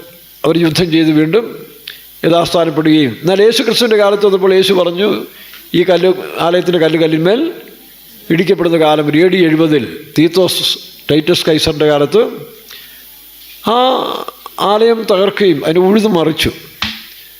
അതിൻ്റെ അവർക്ക് ഇത് സൈന്യാധിപന് ആരോ ഇൻഫർമേഷൻ കൊടുത്തു, ഇതിൻ്റെ അടിസ്ഥാനത്തിൽ സ്വർണ്ണക്കല്ലുകൾ ഇട്ടിട്ടുണ്ടെന്നാണ്. ആലയത്തിൽ ആ അടിസ്ഥാനത്തിൽ ഇവർ സ്വർണ്ണങ്ങൾ നിക്ഷേപിച്ചിട്ടുണ്ട്. അത് കണ്ടുപിടിക്കാൻ വേണ്ടി ആലയത്തിൻ്റെ അടിസ്ഥാനം കൂടെ ഇളക്കി കളഞ്ഞു. അങ്ങനെ യഹൂദന് ആലയം നഷ്ടപ്പെട്ടു. പിന്നീട് 1948 ഒരു രാജ്യമുണ്ടായത്. ഇപ്പോൾ വീണ്ടും ആലയം പണിയാനുള്ള എല്ലാ സാമഗ്രികളും റെഡിയായി വെച്ചിരിക്കുകയാണ്. പക്ഷേ ആ ആലയം പണിയപ്പെടണമെങ്കിൽ എതിർക്രിസ്തുവിൻ്റെ കാലത്ത് നടക്കത്തുള്ളൂ. എതിർക്രിസ്തു വന്നെങ്കിൽ മാത്രമേ ആ ആലയം പണിയപ്പെടുകയുള്ളൂ. അപ്പോൾ അതിനെല്ലാം റെഡിയായി വെച്ചിരിക്കുകയാണ്. അവർ സകലതും പ്രിപ്പറേഷൻ നടത്തിയിരിക്കുകയാണ്. അവർക്ക് ഓർഡർ കിട്ടിക്കഴിഞ്ഞാൽ മിഷണറീസിൻ്റെ യന്ത്രവൽക്കരണം സഹായം കൊണ്ട് അവർ ചുരുങ്ങിയ കാലം കൊണ്ട് ആലയം പണിതെടുക്കുമെന്ന് അവർ പ്രഖ്യാപിച്ചു കഴിഞ്ഞിരിക്കുകയാണ്. പക്ഷേ എന്താ കാരണം? വഴിയിൽ നിന്ന് തടുക്കുന്ന പരിശുദ്ധാത്മാവ് തൻ്റെ സഭയെ. അപ്പോൾ ഇതെല്ലാം നമ്മൾ കൂട്ടി വായിക്കുമ്പോൾ എത്രയോ വേഗത്തിൽ കാര്യങ്ങൾ നടന്നുകൊണ്ടിരിക്കുകയാണ്. ഒലിവുമലയെപ്പറ്റി കഴിഞ്ഞ ദിവസം നമ്മൾ കണ്ടില്ലേ, ഒരു വിള്ളലുണ്ടായി. ചരിത്ര ഗവേഷകന്മാർ അവിടെ പണിയാൻ ചെന്നപ്പോൾ ഒലിവുമല വിണ്ടു കീറിക്കൊണ്ടിരിക്കുകയാണ്. എന്താ കാരണം? യേശുക്രിസ്തു സക്കറിയ പ്രവചനം 14 അധ്യായം വായിക്കുമ്പോൾ 1000 വർഷ ഭരണത്തിലേക്ക് യേശു വരുമ്പോൾ ഈ ഒലിവുമലയിലാണ് താനും വിശുദ്ധന്മാരും ഒക്കെ ആയിട്ട് വരുന്നത്. അപ്പോൾ ഇത്രയും കാര്യങ്ങളെല്ലാം കൃത്യമായിട്ട് എഴുതപ്പെട്ട ബൈബിൾ വേറെ പുസ്തകമുണ്ടോ ലോകത്തിൽ? ഏതെങ്കിലും മതഗ്രന്ഥമുണ്ടോ? സകല ചരിത്രങ്ങളും സയൻസുകളും സംഭവിക്കുന്ന സകല കാര്യങ്ങളും കൃത്യമായിട്ട് പ്രവചനത്തിൽ കൂടി എഴുതി വച്ചിരിക്കുന്ന ഒരേ ഒരു പുസ്തകം ബൈബിളാണ്. ഞാനത് ശരിക്കും റിസർച്ച് ചെയ്തിട്ടുണ്ട് കേട്ടോ. കഴിഞ്ഞ 45 വർഷം, 1-2 ഇപ്പോഴും റിസർച്ച് ചെയ്തുകൊണ്ടിരിക്കുകയാണ്. കഴിഞ്ഞ 45 വർഷം ഈ ബൈബിൾ ഇംഗ്ലീഷും മലയാളമാണ് നമ്മുടെ ഭാഷ, റെഫറൻസിന് വേണ്ടി തമിഴും കുറേ പഠിച്ചിട്ടുള്ളതുകൊണ്ട് തമിഴും ഇംഗ്ലീഷും മലയാളം ബൈബിൾ വെച്ച് വളരെ സമയമെടുത്ത് പഠിച്ചു നോക്കി എന്തോ ആണ് ഇതിനകത്ത് സത്യങ്ങൾ. ചരിത്ര പുസ്തകങ്ങൾ നോക്കി, ആർക്കിയോളജിക്കലും തിയോളജിക്കലായിട്ടും പിന്നെ അതുപോലെ തന്നെ ഹിസ്റ്റോറിക്കലായിട്ടുള്ള പല പുസ്തകങ്ങളും ആ കാലങ്ങളിലൊക്കെ തപ്പിപ്പിടിച്ച് നോക്കി പരിശോധിച്ച് വന്നപ്പോൾ ഈ ഫണ്ടമെൻ്റൽ ട്രൂത്ത്സ്, ക്രിസ്തു എന്ന മർമ്മം, ദൈവമർമ്മത്തിൻ്റെ വ്യവസ്ഥയും ലോകചരിത്രങ്ങളെല്ലാം കൃത്യമായിട്ട് എഴുതപ്പെട്ടൊരു പുസ്തകമാണേത് ഈ വിശുദ്ധ വേദപുസ്തകം എന്ന് പറയുന്നത്. അതുകൊണ്ടാണ് ഞാൻ ഇന്നും അത് താത്തുവെക്കാത്തത്. ഓരോ ദിവസം നമ്മളത് പഠിക്കും തോറും പുതിയ അനുഭവങ്ങൾ നമുക്കതിൽ നിന്ന് കിട്ടിക്കൊണ്ടിരിക്കുകയാണ്. അതുകൊണ്ടാണ് ലോകം മുഴുവൻ ഇന്ന് ഏറ്റവും ഈ പുസ്തകങ്ങൾ മതിക്കപ്പെടുന്നതിൻ്റെ കാരണം അതാണ്. അപ്പോൾ അങ്ങനെ ഒരു സാമ്രാജ്യം വന്നുകൊണ്ടിരിക്കുന്ന ഈ കാലങ്ങളിൽ നാം ശ്രദ്ധിക്കേണ്ട ഒരു വിഷയം, തെസ്സലോനിക്ക സഭയോട് പറയുന്നു, വളരെ ജാഗ്രതയായിരിക്കും, ആരും നിങ്ങളെ തെറ്റിക്കരുത്. വീണ്ടും വായിച്ച വാക്യം 2:3. ആരും ഏത് വിധേനയും നിങ്ങളെ ചതിക്കരുത്. കാരണം ഈ നാളുകളിൽ ചതിക്കപ്പെടാവുന്ന ഒരു സിറ്റുവേഷനിലാണ് നമ്മൾ ജീവിക്കുന്നത്. പല ഓഫറിങ് നമ്മുടെ നേരെ വരും. ലോകം എന്ത് ചെയ്യും? പല ആനുകൂല്യങ്ങൾ നമുക്ക് തരാൻ തുടങ്ങും. ആദ്യം അവരെ നമ്മളെ തന്ത്രപരമായിട്ട് വശീകരിക്കാൻ നോക്കും, വശീകരണത്തിൻ്റെ ആത്മാവ്. രണ്ടാമതെയും ഭീഷണിപ്പെടുത്തുന്ന ആത്മാവ്. ഭീഷണി കൊണ്ടുവരും, നിങ്ങളിപ്പോൾ തകർത്ത് കളയും, അല്ലേ, കൊന്നുകളയും. ഇതാരോടാ? നമുക്ക് സന്തോഷമല്ലേ? ഒരു ദൈവദാസനെ പിടിച്ച് ഒരു അറവുശാലയുടെ തടിയുടെ പുറത്തുകൊണ്ട് ഒരു കത്തി എടുത്തിട്ട് ഒരു സുവിശേഷ വിരോധി പറഞ്ഞു, നിന്നെ ഇപ്പോൾ കഴുത്ത് വെട്ടാൻ പോകാമെന്ന് പറഞ്ഞു. നിനക്കെന്താ അഭിപ്രായം പറയാനുള്ളത് ചോദിച്ചു. നടന്ന സംഭവമാണ്, എനിക്കറിയാവുന്ന ആളുമാണ്. വടക്കേ ഇന്ത്യയിൽ പുള്ളി ഇങ്ങനെ സുവിശേഷം അറിയിച്ചുകൊണ്ട് പോകുന്ന സമയത്ത്, ട്രാക്ടർ കൊടുത്തുകൊണ്ട് പോകുന്ന സമയത്ത് സുവിശേഷ വിരോധികൾ പുള്ളിയെ പിടിച്ച് അപ്പോൾ അടുത്ത് കണ്ട ഒരു അറവുശാലയുടെ അവിടെ കൊണ്ടുപോയി, ആടിനെയൊക്കെ കടിക്കുന്നില്ലേ, അവിടെ കൊണ്ടുപോയി നിർത്തി അതിലോട്ട് കമത്തി കിടക്കാൻ പറഞ്ഞു. കത്തി ഓങ്ങിയ സമയത്ത് പറഞ്ഞു, നിനക്ക് എന്തെങ്കിലും അഭിപ്രായം പറയാനുണ്ടെന്ന് ചോദിച്ചു. അപ്പോൾ ഈ സുവിശേഷകൻ ഈ കത്തി ഓങ്ങിയ മനുഷ്യനെ നേരെ ഇങ്ങനെ നോക്കിയിട്ട് ചിരിച്ചു. Thank you sir. അയാൾക്ക് ദേഷ്യം വന്നു. ചാകാൻ പോകുന്നവൻ താങ്ക് യു പറയുക, നീ എന്തിനാണ് താങ്ക് യു പറഞ്ഞെന്ന് ചോദിച്ചു. നിങ്ങളിപ്പോൾ ചെയ്യാൻ പോകുന്ന കാര്യം നിങ്ങൾ വിചാരിക്കുന്ന കണ്ട് വലിയ കാര്യം പോലാണ്, പക്ഷേ എനിക്കത് വലിയ കാര്യമാണ്. കാരണം ഞാൻ എൻ്റെ സ്വർഗീയ പിതാവിൻ്റെ അടുത്തേക്ക് പോകുവാൻ ഇതാണ് വഴി. ഒരു കർത്താവിൻ്റെ വരവിന് മുമ്പ് ഞങ്ങൾ സ്വർഗത്തിൽ പോകണമെങ്കിൽ അതിനുള്ള വഴി എന്താ? മരണം. അപ്പോൾ നിങ്ങൾ ഞങ്ങൾക്ക് ചെയ്യാൻ പോകുന്ന നന്മ എന്നെ ഇപ്പോൾ എൻ്റെ പ്രവൃത്തി തികച്ചിട്ട് എന്ത് ചെയ്യുന്നു? സ്വർഗീയമായ ദൈവത്തിൻ്റെ അടുത്തേക്ക് എന്നെ വിടാൻ പോവാണ്, അതിനാണ് താങ്ക്സ് പറഞ്ഞത്. അപ്പോൾ അയാൾക്ക് ദേഷ്യം വന്നു. എന്നാൽ നിന്നെ വിടുന്നില്ലെന്ന് പറഞ്ഞു എന്ന് പറഞ്ഞ് അയാൾ പറഞ്ഞു വിടുകയും ചെയ്തു. അയാൾ പറഞ്ഞു ശരി, ഇനി അടുത്ത സമയം വരെ ഞാൻ പ്രവർത്തിച്ചോളാം. അപ്പോൾ ഇതാണ് നമ്മുടെ ധൈര്യം. അതുകൊണ്ടാണ് മഹാപ്രതിഫലമുള്ള നിങ്ങളുടെ ധൈര്യം, എബ്രായ ലേഖനത്തിൽ പറയുമ്പോൾ മഹാപ്രതിഫലമുള്ള നിങ്ങളുടെ ധൈര്യം തള്ളിക്കളയരുത്. ഈ കാലത്ത് വളരെ സൂക്ഷ്മതയോടെ പോകണം കേട്ടോ. ലോകത്തിൻ്റെ ആനുകൂല്യങ്ങളും ഇല്ല. ഇന്ന് നമ്മൾ സോഷ്യൽ മീഡിയയിലും ഇൻ്റർനെറ്റിലൊക്കെ കയറി വേണ്ടാത്തൊക്കെ കണ്ടും കേട്ടും വേണ്ടാത്ത നോളേജ് ബുദ്ധിയൊക്കെ കേട്ട് ചെയ്യും തല പുണ്ണാക്കി അവസാനം ഇത് തെറ്റാ. ഏതാ നിൻ്റെ അപ്പനപ്പന്മാരും പഠിപ്പിച്ചു വെച്ച സത്യങ്ങൾ തെറ്റാന്ന് പറയുന്നൊരു തലമുറയെ സൃഷ്ടിക്കുകയാണ് ഇന്നത്തെ പല യൂട്യൂബിൽ കയറി അല്ലെങ്കിൽ പല ഇതിൽ വായിച്ചു പോകുന്ന മനുഷ്യർക്കുണ്ടാകുന്ന ഗതികേട്. അപ്പോൾ തന്നെ അതേ യൂട്യൂബിൽ കൂടി അനേക പ്രസംഗങ്ങൾ കേട്ട് സുവിശേഷം കേട്ട് ഇവനൊരുത്തൻ ഒരു CPM കാരൻ അല്ലെങ്കിൽ ഒരു പെന്തിക്കോസുകാരൻ പിന്മാറിപ്പോകുമ്പോൾ അതേ ദിവസം തന്നെ എത്രയാ ഏറ്റവും കുറഞ്ഞത് 1000 പേരെങ്കിലും ദിവസം യേശുക്രിസ്തുവിനെ, 1000 ഒന്നും അല്ല, ഞാൻ വളരെ മിനിമം പറഞ്ഞതാണ്, രക്ഷിതാവായി സ്വീകരിച്ചുകൊണ്ട് പോവുകയാണ്. നോക്കണം, വ്യത്യാസം എന്താ? അറിവില്ല, ദൈവത്തെക്കുറിച്ച് പരിജ്ഞാനമില്ലായെങ്കിൽ ഈ ജനം നശിച്ചു പോകുന്നു.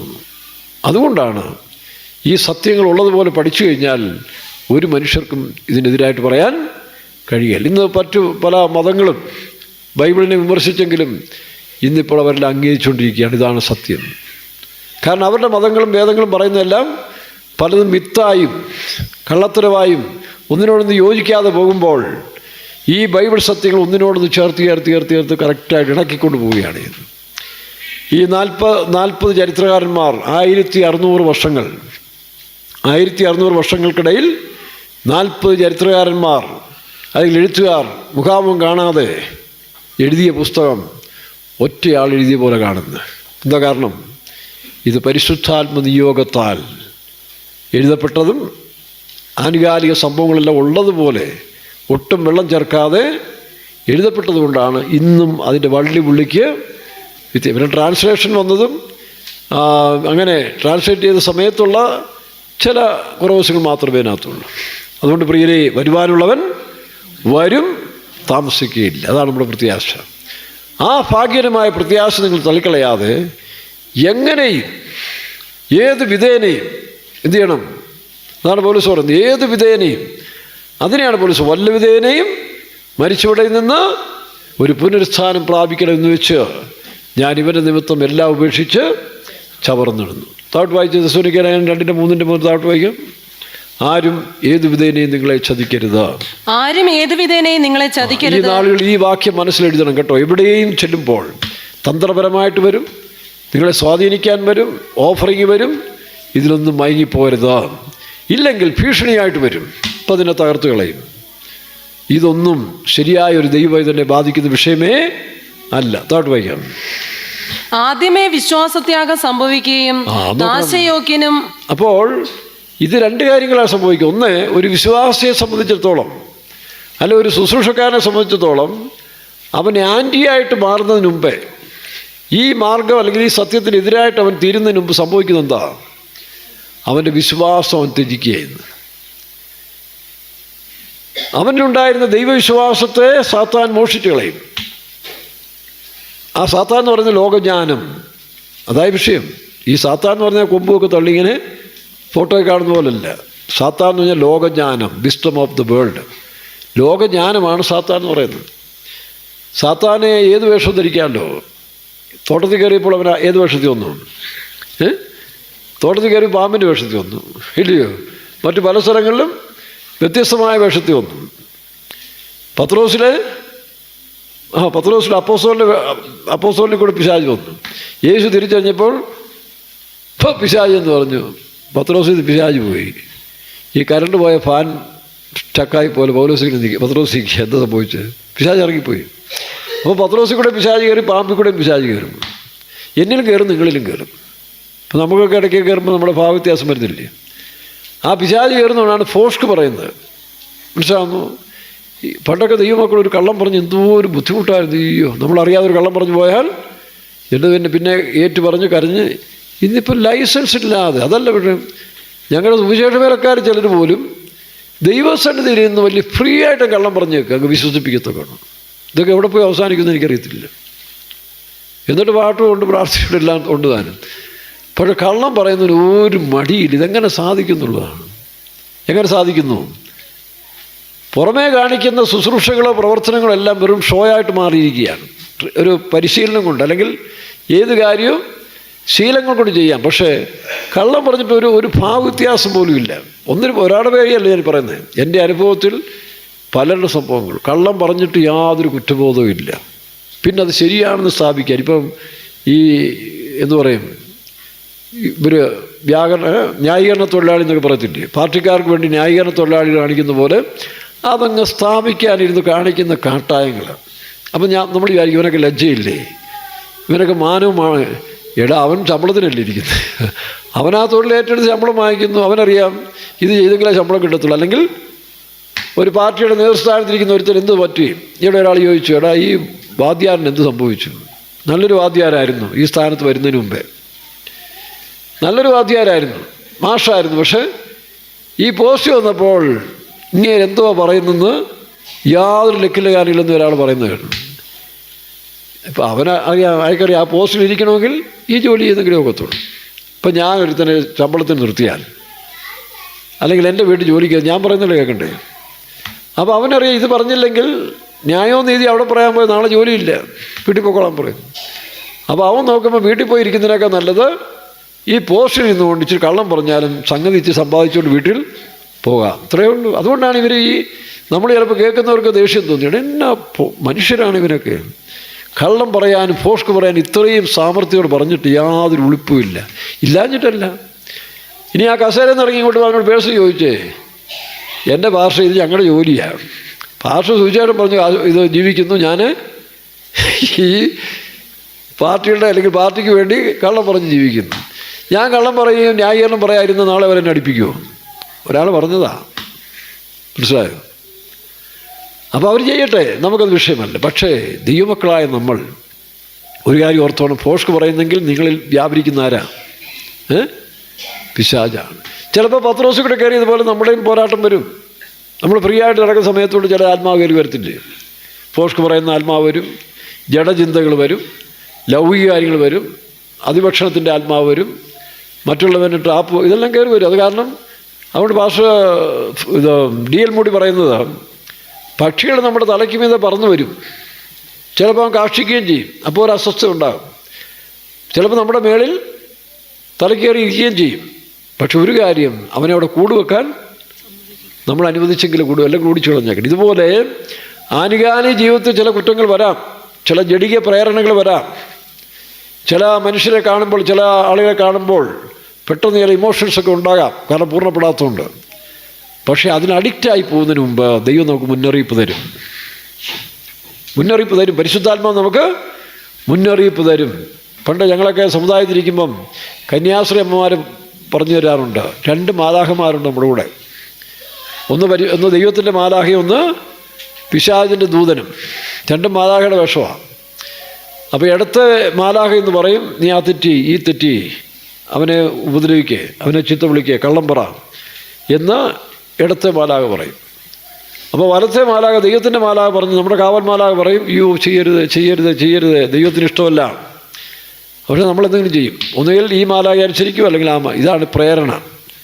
അത് വാർഷികമായിട്ട് മാലാഖ എന്ന് പറയല്ല, അതൊരു സ്പിരിറ്റാണ്. അപ്പോൾ ഒരു കാര്യത്തിന് ഇറങ്ങുമ്പോൾ നമ്മുടെ മനസ്സാക്ഷി നഷ്ടപ്പെട്ടില്ലെങ്കിൽ നമ്മോട് പറയും ചെയ്യരുത്, ഡോണ്ട് ഡു ദാറ്റ്. അപ്പോൾ മറ്റേ ആത്മാവ് പറയും അങ്ങനല്ല, ചെയ്യുക. ഇത് രണ്ടും തിരഞ്ഞെടുക്കേണ്ടത് നമ്മളാണ്. അവസാനം എന്തു ചെയ്യും? നമ്മൾ അബ്സല്യൂട്ട്ലി പരാജയപ്പെട്ട് കഴിയുമ്പോൾ ദൈവത്തിൻ്റെ മാലാഖ നമ്മളെ വിട്ട് പോകുന്നതാണ്. ഒരു ഉദാഹരണമായിട്ട് എടുത്താൽ മതി. ആ ഇൻസ്പിറേഷൻ പിന്നെ ഉണ്ടാകത്തേയില്ല. പിന്നെ തെറ്റ് ചെയ്യുന്നതിനും കള്ളം പറയുന്നതിനും ഒരു ലൈസൻസ് ഇല്ലാതെ മറ്റവൻ തന്നെ നമ്മൾ വാടുകൊണ്ടിരിക്കുകയാണ്. കുറേ കാലങ്ങൾ ഈ പോരാട്ടം ഉണ്ടാകും, രണ്ടും മാറി മാറി മാറി പോരാടും. അതുകൊണ്ടാണ് വേദപുസ്തകം പറയുന്നത്, എൻ്റെ ആത്മാവ് സദാകാലവും നിങ്ങളോട് പോരാടുന്നില്ല. അപ്പോൾ ചില കേട്ടിട്ട് അവർ ദുഃഖിച്ചു പോകും. ദൈവത്തിൻ്റെ വചനം പറയുന്നത് പരിശുദ്ധാത്മാവിനെ ദുഃഖിപ്പിക്കരുത്. എഫേസ്യ ലേഖനം 4-ാം അധ്യായത്തിന് 30-ാം വാക്യത്തിൽ വായിക്കുമ്പോൾ ദൈവത്തിൻ്റെ പരിശുദ്ധാത്മാവിനെ ദുഃഖിപ്പിക്കരുത്, അവനാലല്ലോ വീണ്ടെടുപ്പിനാളിനായി മുദ്ര കിട്ടിയിരിക്കുന്നു. വായിക്കാം. ദൈവത്തിന്റെ പരിശുദ്ധാത്മാവിനെ ദുഃഖിപ്പിക്കരുത്, അവനാലല്ലോ നിങ്ങൾക്ക് വീണ്ടെടുപ്പ് നാളിനായി മുദ്ര. അപ്പോൾ ആ വീണ്ടെടുപ്പ് നാളിന് വേണ്ടി നമ്മെ ഒരുക്കുന്ന പരിശുദ്ധാത്മാവ് നമ്മോടുകൂടെ ഇരുന്ന് നമ്മളെ നടത്തുമ്പോൾ താൽക്കാലികമായ ഭൗമിക ലാഭങ്ങൾക്ക് വേണ്ടി കള്ളം പറഞ്ഞും മറ്റുള്ളവന് ദോഷം വരുത്തിയും അല്ലെങ്കിൽ തുടർച്ചയായി ചില തെറ്റുകളിൽ ഈടുപെട്ട് പോയാൽ പരിശുദ്ധാത്മാവ് നമ്മെ വിട്ടു പോകും. പിന്നെ നമുക്ക് ഒരു പ്രശ്നവുമില്ല, എന്ത് തെറ്റ് ചെയ്താലും യാതൊരു കുറ്റബോധം വരത്തില്ല. കള്ളം പറഞ്ഞാൽ യാതൊരു ഫീലിംഗ് വരത്തില്ല. മറ്റേതൊക്കെ ഒരു കള്ളം പറഞ്ഞാൽ നെഞ്ചു പിടയ്ക്കും. പിന്നെ പോയിരുന്ന് കരഞ്ഞ് ഉടനെ തന്നെ സന്ധ്യയാവുന്നതിന് മുമ്പ് ക്ഷമ ചോദിക്കും അങ്ങോട്ടും ഇങ്ങോട്ടും. ഇത് മാസങ്ങളായി വർഷങ്ങളായാൽ ചില സുവിശേഷ വേലക്കാർക്ക് പോലും കുറ്റബോധമില്ല. കാരണം അവർ സാത്താൻ്റെ അടിമകളായി മാറി. അല്ലേ പോട്ടെ, ഒരു കള്ളം പറഞ്ഞു അല്ലെങ്കിൽ തെറ്റ് ചെയ്തു, ദൈവമേ തെറ്റിപ്പോയി ക്ഷമിക്കണേ, അല്ലെങ്കിൽ ആ വ്യക്തികളോടും പറയുക, ശരി ഞാൻ പറഞ്ഞ് നിങ്ങളെ ദ്രോഹിച്ചെങ്കിൽ നിങ്ങൾക്ക് വിഷമമായെങ്കിലും ക്ഷമിക്കേ. അപ്പോൾ അതില്ല, കാരണം കുറ്റബോധമില്ല. ഇങ്ങനെ വിലക്കാരും വിശ്വാസികളും പോകുന്നെങ്കിൽ നിങ്ങൾ വിചാരിച്ചോണം നിങ്ങൾ പിശാചിൻ്റെ അടിമകളായി. പിന്നെ ഇപ്പം 45 വർഷമായിട്ട് എനിക്ക് ശീലമില്ല, പ്രസവിക്കാനറിയാം. 45 വർഷമായില്ലേ? ഇല്ലെങ്കിൽ നല്ല പാട്ട് പാടാം, എങ്ങനെ ട്യൂണില്ലേലും പാട്ട് പാടി ഉണർത്താം, ഇതൊക്കെ ശീലിച്ചു കഴിഞ്ഞു. പക്ഷേ ദൈവം പറഞ്ഞു, ഞാൻ നിന്നെ അറിയുന്നില്ല. അതുകൊണ്ട് ഈ ശുശ്രൂഷയിലൊന്നും അല്ല ദൈവത്തിൻ്റെ, അതൊക്കെ ദൈവത്തിൻ്റെ സ്നേഹത്തിലും ശുദ്ധിയുള്ള ഹൃദയത്തിൽ നിന്ന് ചെയ്തെങ്കിൽ മാത്രമേ ദൈവം അത് അംഗീകരിക്കുമെന്ന് വേലക്കാരും വിശ്വാസികളും ഓർത്തോണം. ഇതെല്ലാം പറഞ്ഞാൽ ഒരു സെൻട്രൽ പാസ്റ്റർ പോയി കള്ളം പറയും, അങ്ങനെ അവർ വിശ്വസിച്ച് പോകും. കാരണം അവരുടെ കുറ്റമല്ല. കർത്താവ് പറഞ്ഞു, നിങ്ങൾ ശിശുക്കളെ പോലെ ആകുന്നില്ല എങ്കിൽ ദൈവരാജ്യം. അപ്പോൾ ഈ സീനിയർ പാസ്റ്റർമാരും ഒരു സ്ഥാനത്തിരിക്കുന്നവരൊക്കെ കുറേ കഴിയുമ്പോൾ അവരാരെ പോലാകും? വിനോദിച്ചോ? പിള്ളേരെ പോലാകും. അപ്പോൾ ആദ്യം ചെന്ന് പറയുന്നവരെന്ത് ചെയ്യും? അങ്ങ് വിശ്വസിച്ചു പോകും. പിള്ളേരങ്ങനല്ലേ ആദ്യം. അപ്പോൾ അത് കർത്താവിൻ്റെ കുഴപ്പമാണോ എന്ന് എനിക്ക് കുഴപ്പം.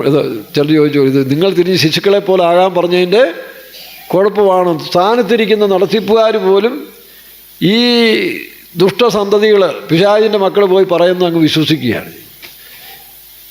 പിന്നെ അടുത്ത ആൾ ചെല്ലുമ്പോഴാണ്, അയ്യോ അങ്ങനാന്നോ, അപ്പോൾ ഉള്ള പേര് പോവുക. ഇങ്ങനെ നടത്തിപ്പുകാരെ കളിപ്പിക്കാൻ പോകുന്ന വേലക്കാരൻ ചിന്തിച്ചോണം അടി നിങ്ങൾക്കായിരിക്കും. കാരണം അവർ ശുദ്ധഗതിക്ക് അങ്ങ് വിശ്വസിക്കും, അവർ മണ്ടന്മാരാണ്. പക്ഷേ ഇതിൻ്റെ പിന്നിൽ കളിച്ച പാർട്ടികളെ ദൈവം ശിക്ഷിക്കും. അതുകൊണ്ട് വളരെ ജാഗ്രതയായി പൊക്കോളും. അങ്ങനെയുള്ളൊരു കൂട്ട് നിൽക്കരുത്. നിങ്ങൾക്ക് ചിലപ്പോൾ വേറെ ചില സൈഡ് ബിസിനസ്സും സന്തോഷമൊക്കെ തരുന്നവരായിരിക്കാം.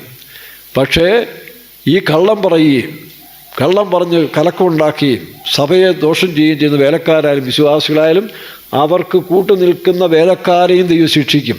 അവരും നരകത്തിൽ പോകത്തുള്ളൂ, ഘട്ടഘട്ടമായിട്ട്. അതുകൊണ്ടാണ് ദുഷ്ടനോട് എതിർക്കാൻ പോകണ്ട, പക്ഷെ ദുഷ്ടനോട് അനുകൂലിക്കരുത്. തൽക്കാലത്തിന് വേണ്ടി അവനെ ന്യായീകരിച്ചുകൊണ്ട് കാര്യം സാധിക്കാൻ പോയാൽ ദൈവം നമ്മളെ അംഗീകരിക്കുകയില്ല. അപ്പോൾ വളരെ ജാഗ്രതയാണ്. അപ്പോൾ പരിശുദ്ധാത്മാവ് വിട്ടുപോയി കഴിഞ്ഞാൽ പിന്നെ നമ്മൾ ദൈവമക്കളല്ല. പിന്നെ വെള്ളജുബായിട്ട ചെറിയാങ്കുഞ്ഞെന്ന് പറയുന്ന ഒരു വ്യക്തി ദൈവവൈതലല്ല. ഇപ്പം ആരാ വാഴുന്നത്? പിശാചാണ്. അവനിപ്പോൾ വലിയ സൗകര്യമാണ്. കാരണം ഈ ജുബാക്കാരനെ കൈ കിട്ടിയപ്പോൾ ഇത്രയും വർഷത്തെ അനുഭവം കൊണ്ടുണ്ടെങ്കിൽ അവൻ കൂടുതൽ കാര്യങ്ങൾ പ്രവർത്തിച്ചുകൊണ്ടിരിക്കും. അതുകൊണ്ട് അങ്ങനെ ഒരു അതപ്പതിന് നമ്മൾ പോകുന്നതിന് മുമ്പ് ഓരോ വിശ്വാസിയും വേലക്കാരും ചിന്തിച്ചുകൊണ്ട് എന്നിൽ വ്യാപരിക്കുന്ന ആത്മാവ് ഏതാണ്? എൻ്റെ ജീവിതത്തിൽ എന്തെങ്കിലും തെറ്റ് സംഭവിച്ചാൽ ഉടനെ കുറ്റബോധം, ചിലപ്പോൾ ചില മിനിറ്റുകൾക്ക് തന്നെ കുറ്റബോധം ഉണ്ടാകും. എന്നാൽ കുറേ കൂടെ ഡിസ്റ്റൻസിൽ പോകുമ്പോൾ കുറേ മണിക്കൂറിനൊക്കെ ആകും, ചിലപ്പോൾ ദിവസം. അതുകൂടെ കഴിഞ്ഞാൽ പരിശുദ്ധാത്മാവ് സ്വസ്ഥാനം. ഓശയ പ്രവചനത്തിൽ 14 തോന്നുന്നു, 14 5 അവരവരുടെ കുറ്റങ്ങളെ ഏറ്റുപറയുന്നവരെ ഞാൻ എൻ്റെ സ്വസ്ഥാനത്ത് പോയി മടങ്ങിയിരിക്കും. അങ്ങനൊരു വാക്യമുണ്ട്.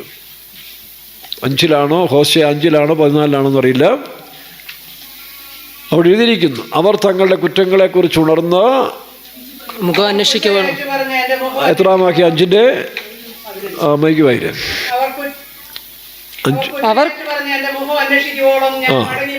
ഞാൻ മടങ്ങിപ്പോയി കുറ്റമേറ്റ് പറഞ്ഞ് എൻ്റെ മുഖം അന്വേഷിക്കുവോളം ഞാൻ മടങ്ങിപ്പോയി സ്ഥലത്തിരിക്കും. ഇതാ സത്യം. പിന്നെ യൂത്ത് ഫെസ്റ്റിവലിൽ പാടുന്ന പോലെ പാടാം. സഭായത്തിനൊക്കെ ചിലർ പാടുന്ന കണ്ടില്ലേ? യൂത്ത് ഫെസ്റ്റിവലിൽ മൈക്ക് വെച്ച് പാടുന്ന പോലെയാണ്, സംഗീത മത്സരത്തിൽ പാടുന്ന പോലെയൊക്കെ പാടാം. അകത്ത് ആത്മാവില്ല. കാരണം ഇന്നലെ കള്ളം പറഞ്ഞിട്ടല്ലേ ഒന്നിരുന്നേ.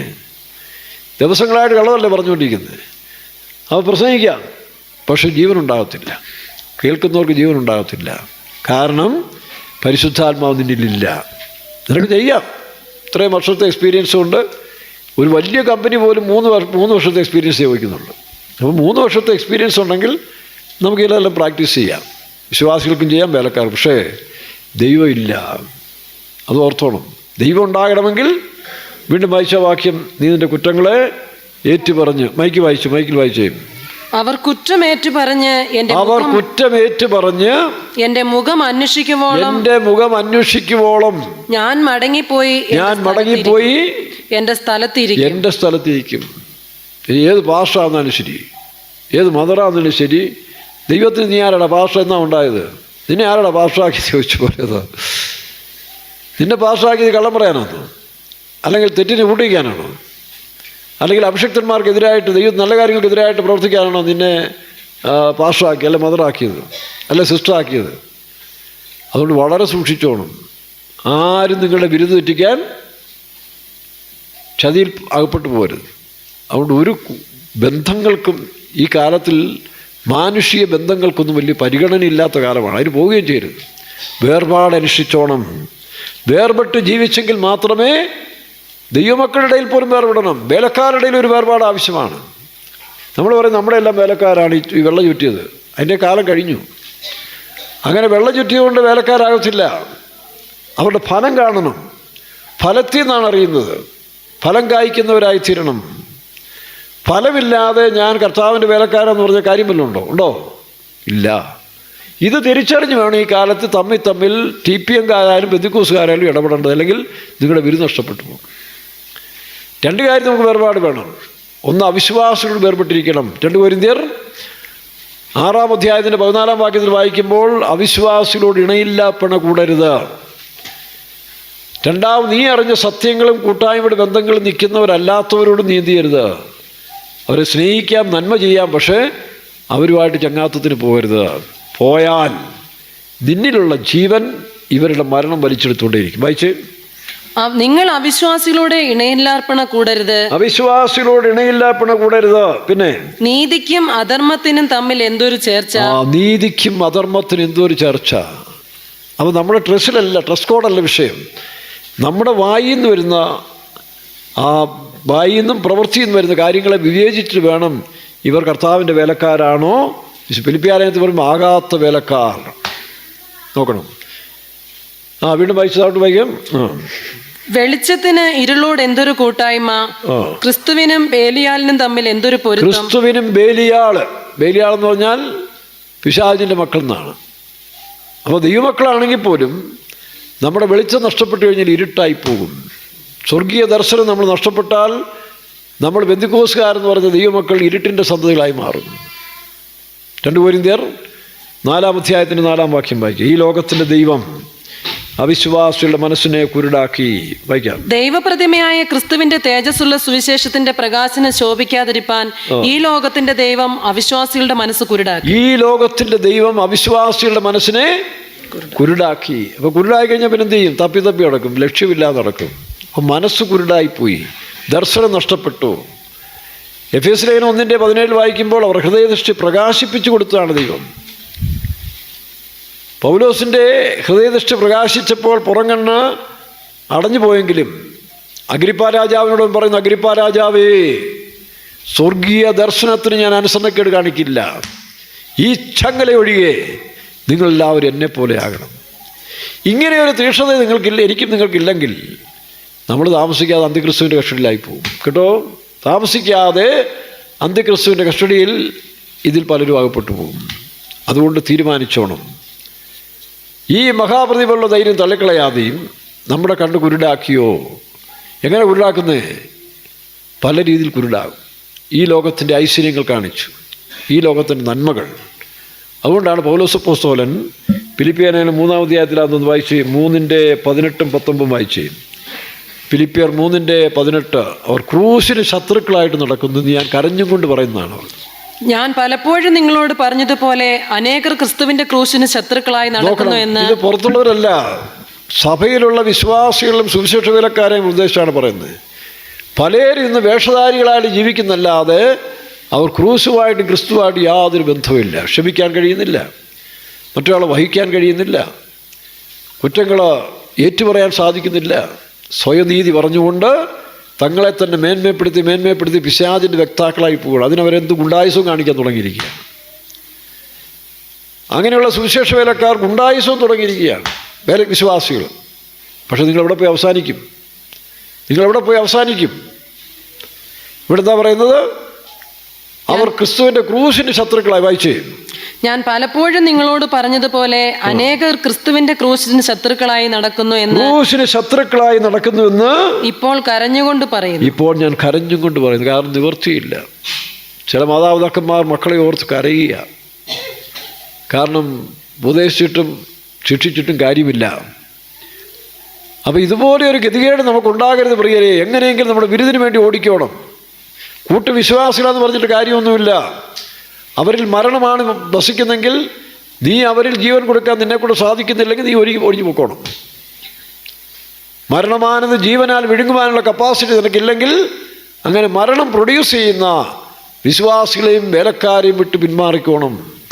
കൂട്ടായ്മയ്ക്ക് പോരുത്, അവരുമായിട്ട് ചങ്ങാത്തം പോരുത്, കളിതമാശ പറയാൻ പോരുത്. അതുകൊണ്ടാണ് എഫെസ്യ ലേഖനം 5-ാം അധ്യായത്തിന് 4-ാം വാക്യത്തിലാണെന്ന് പറയുമ്പോൾ ചീത്തത്തരം, പൊട്ടച്ചൊൽ, കളിവാക്ക്, ഇങ്ങനെ ചേർച്ചയില്ലാത്തൊന്നും ചെയ്യും. അങ്ങനെയാകുന്നു വിശുദ്ധന്മാർക്കുചിതം. അങ്ങനെയാകുന്നു. അങ്ങനെയെങ്കിൽ പ്രിയതേ, ഞാനും നിങ്ങളും കുറച്ചുകൂടെ ജാഗ്രതയായിരിക്കണം. നമ്മൾ സ്നേഹം കൂടുമ്പോഴാണ് കുഴപ്പം. സ്നേഹമില്ലാത്തൊരു കാണുമ്പോൾ ഒരു അതിർത്തി, അത് ശരിയല്ല, കാണുന്നത് നമുക്ക് ഇഷ്ടമല്ല. പക്ഷേ സ്നേഹം കൂടി വരുമ്പോൾ പല വികൃതികൾ നമ്മുടെ ജീവിതത്തിലുണ്ടാകും. അതാണ് വിഷയം. അവിടെയാണ് ഈ കാലത്ത് ജാഗ്രതയായിരിക്കേണ്ടത്.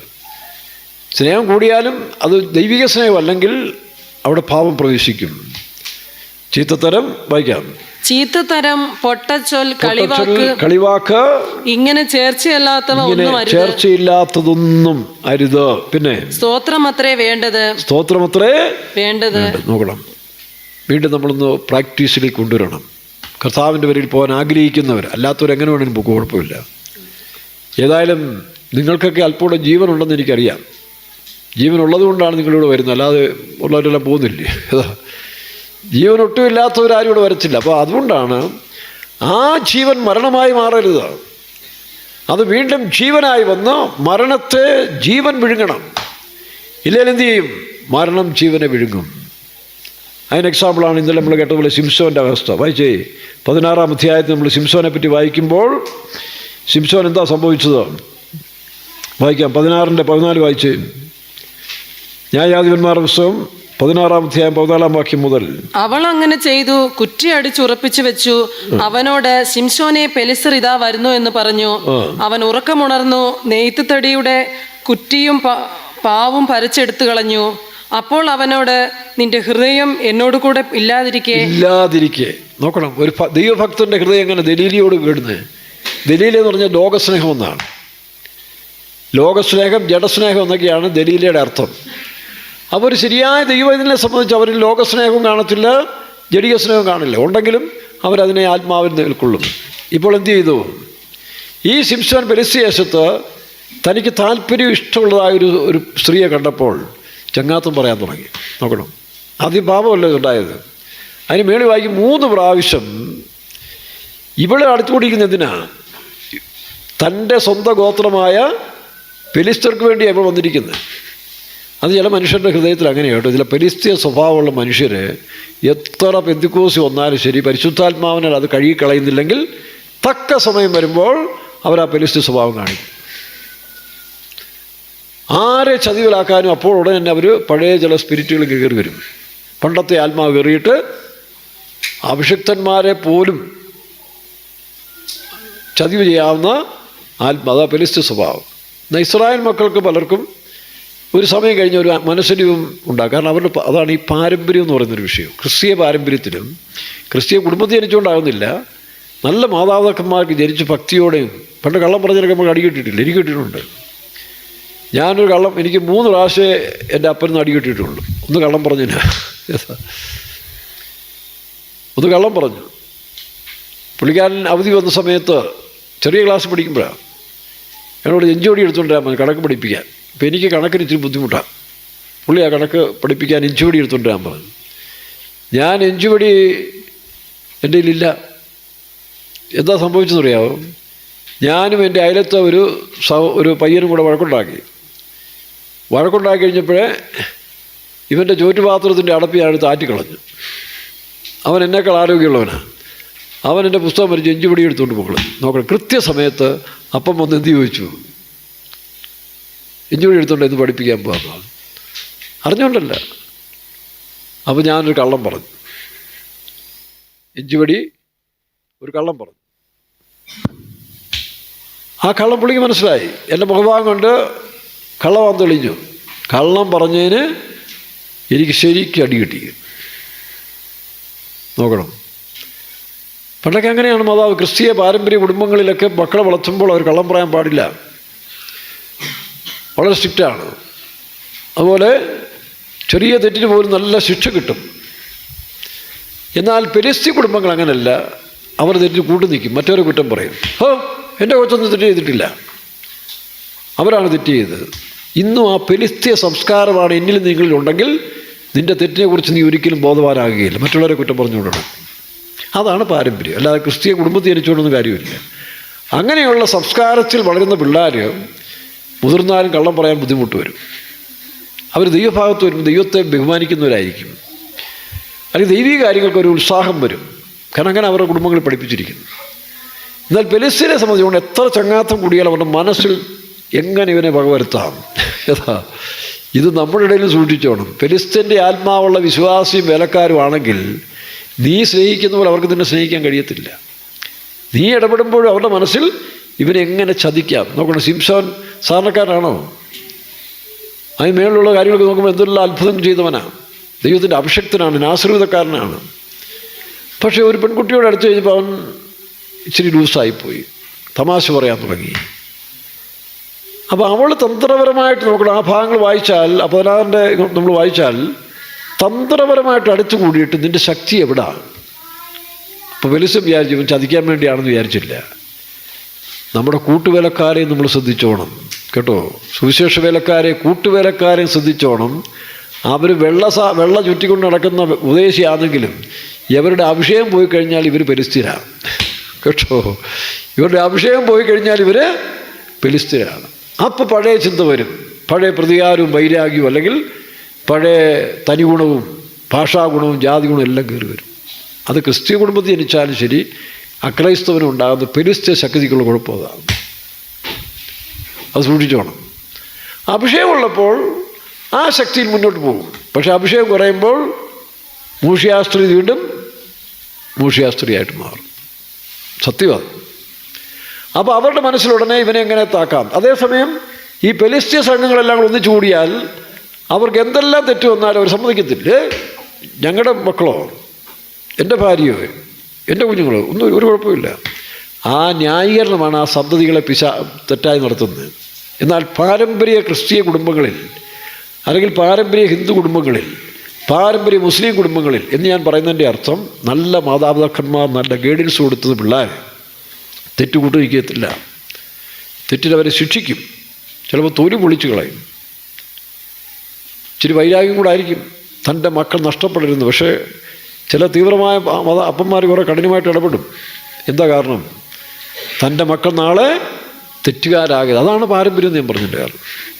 അതല്ല, തങ്ങളുടെ മക്കൾ എന്ത് തെറ്റിയത് അതിനെ ന്യായീകരിക്കുന്ന മാതാപിതാക്കന്മാർ, അങ്ങനെ ശീലിച്ചു വരുന്ന സന്തതികൾ വിശ്വാസം വീട്ടിൽ വന്നാലും സഭയെ വന്നാലും കുറേ കഴിയുമ്പോൾ ഈ അകത്തത്തെ സ്പിരിറ്റ് അങ്ങ് പോകുമ്പോൾ ഇവർ പണ്ടത്തെ ആത്മാ, പിന്നെ എങ്ങനെ ഇവനെ വകവരുത്താം. അതിൻ്റെ ഏറ്റവും എക്സാമ്പിളാണ് അഭിഷക്തനായ സിംസോൻ വിചാരിക്കുന്നത് ഇവിടെ നല്ലവളാണ്, ഇവിടെ നമുക്കിട്ട് പാര വെക്കത്തില്ല എന്നും പറഞ്ഞ് അടുത്തുകൂടിയതാണ്.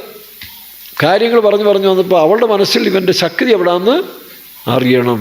കാരണം എൻ്റെ ഇനത്താരെ കുറേ എണ്ണത്തിലെ കൊന്നവനായവൻ, അതുകൊണ്ട് യവനെ വകവരുത്തണം. അതിന് നല്ല സ്നേഹത്തിൽ കൂടെ അങ്ങോട്ട് ഈ പൊട്ടന് മനസ്സിലായില്ല. അഭിഷക്തനൊക്കെയാണ്, അഭിഷക്തനാണ്, നാസറൂതക്കാരനാണ്, കട്ടളയും പരിപാടിയെല്ലാം തൂക്കിക്കൊണ്ട് പോകുന്നവനൊക്കെ. പക്ഷേ ഇത് മനസ്സിലായില്ല. അതാണ് പിശാചിൻ്റെ തന്ത്രങ്ങളെ നിങ്ങൾ അറിയാത്തവരല്ലല്ലോ.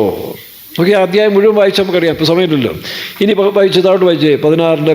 അപ്പോൾ അവൾ അവനോട്, നിന്റെ ഹൃദയം എന്നോട് കൂടെ ഇല്ലാതിരിക്കെ നീ എന്നെ സ്നേഹിക്കുന്നുവെന്ന് പറയുന്നത് എങ്ങനെ? ഈ 3 പ്രാവശ്യം നീ എന്നെ ചതിച്ചു. നിന്റെ മഹാശക്തി ഏതിലെന്ന് ആകുന്നു എന്ന് എനിക്ക് പറഞ്ഞു. ഈ 3 പ്രാവശ്യം നീ എന്നെ ചതിച്ചു. പ്രിയരെ, അറിഞ്ഞിരിക്കേണ്ട ഒരു സത്യമാണ്, ഈ കാലത്തിൽ TPM-ലെ സുവിശേഷ വേലക്കാരുൾപ്പെടെ കൂടെ താമസിക്കുന്ന വിശ്വാസ വീട്ടിലുള്ളവരെ പോലും വിവേചിക്കേണ്ട സമയമാണ്. ഞാനിത് എനിക്ക് വേണ്ടി മാത്രമല്ല പറയുന്നത്, എൻ്റെ അനുഭവങ്ങൾ കൂടെ തന്നെ പറയുന്നതെന്ന് വിചാരിച്ചു. ഞാൻ വലിയ മിടുക്കനായിട്ടുണ്ടല്ല, എങ്കിലും ഞാൻ കർത്താവിനെ സ്നേഹിക്കുന്നു, കർത്താവിൻ്റെ മാർഗത്തെ ഞാൻ സ്നേഹിക്കുന്നു. അവസാനത്തുള്ള രക്തം വരെയും ഈ ക്രിസ്തുവിനും മാർഗത്തിനും വേണ്ടി കൊടുക്കാൻ തന്നെ വന്നവനാണ്. ഞാനിവിടെ ജനിച്ചവനല്ല. അതുകൊണ്ട് നിങ്ങൾ സ്വർഗത്തിൽ പോകാൻ ആഗ്രഹിക്കുന്നവരുണ്ടെങ്കിൽ, യേശുവിനെ സ്നേഹിക്കുന്നവരുണ്ടെങ്കിൽ ജാഗ്രതയായിരിക്കണം. കുടുംബത്തിലുള്ളവരെ പോലെ ഈ കാലത്ത് ജാഗ്രതയായിരിക്കണം. കാരണം നമ്മുടെ സിൻസിയോറിറ്റിയിൽ നമ്മളവരെ സ്നേഹിക്കും. കാരണം നമ്മുടെ കുടുംബത്തിൽ കിട്ടിയ, അല്ലെങ്കിൽ നമ്മുടെ ബാക്ക്ഗ്രൗണ്ടിൽ നമ്മുടെ പിതാക്കന്മാർ, നമ്മുടെ വിശുദ്ധന്മാർ നമുക്ക് മനസ്സിലാക്കിയതാണ്. ഇതിനകത്ത് നല്ല നടത്തിപ്പുകാരുണ്ടായിരുന്നു, സ്വന്തം മാതാപിതാക്കന്മാരെ പോലെ സ്നേഹിക്കുന്ന, കരുതുന്ന. അപ്പോൾ അങ്ങനെയുള്ളവരെല്ലാം കീഴിൽ പ്രാപിച്ചിരിക്കുന്നവർ അവരാരോട് സിൻസിയറായിട്ട് ഇടപെടും. പക്ഷെ കൂടിയിരിക്കുന്നവരുടെ ഉദ്ദേശം ഇവനെ തറപറ്റിക്കണം. അത് തിരിച്ചറിയാൻ ആർക്ക് കഴിഞ്ഞില്ല. ഒരുപക്ഷെ പരിശുദ്ധാത്മാവ് ശിംശോന് 2 പ്രാവശ്യം മുന്നറിയിപ്പ് കൊടുത്തിരുന്നു, പക്ഷേ അവൻ അതിന് സമയം കണ്ടെത്തിയില്ല. ദൈവത്തിൻ്റെ ആത്മാവിനെ അനുസരിപ്പാൻ സമയമില്ലാതെ പോയപ്പോൾ ഈ സ്ത്രീയിൽ വ്യാപിച്ചിരിക്കുന്ന തന്ത്രപിശാച് ഇവനെ വകവരുത്തുക എന്നാണ്. ഇവനെ വകവരുത്താൻ വേണ്ടിയാണ് ഇവൾ കൂടിയെന്ന് അറിഞ്ഞിരുന്നെങ്കിൽ കൂടുവോ? അപ്പോൾ അവളെ കൂടെ ഇല്ലാതാക്കിയിട്ട് അവൻ രക്ഷപ്പെട്ടേനെ. പക്ഷെ അവൻ അറിയാതെ പോയി. ഇതാണ് സാത്താൻ്റെ തന്ത്രങ്ങളെ നിങ്ങൾ അറിയാത്തവർ അല്ലല്ലോ. താഴോട്ട് വായിച്ചേ. ഇങ്ങനെ അവൾ അവനെ ദിവസം പ്രതി വാക്കുകളാൽ ബുദ്ധിമുട്ടിച്ചു, അസഹ്യപ്പെടുത്തി. ഇങ്ങനെ നോക്കണം. അപ്പോൾ അവളുടെ ഉദ്ദേശം ഇവനെ വകവരുത്തുക എന്നുള്ളതാണ്. പക്ഷെ അവൻ വിചാരിച്ചത് സ്നേഹം കൊണ്ടായിരിക്കും, അറിയാനായിരിക്കും. ഇങ്ങനെയൊക്കെ നിർബന്ധിക്കുന്ന സ്വന്തം ഭാര്യമാരെയും ഭർത്താക്കന്മാരെയും സൂക്ഷിച്ചോണം,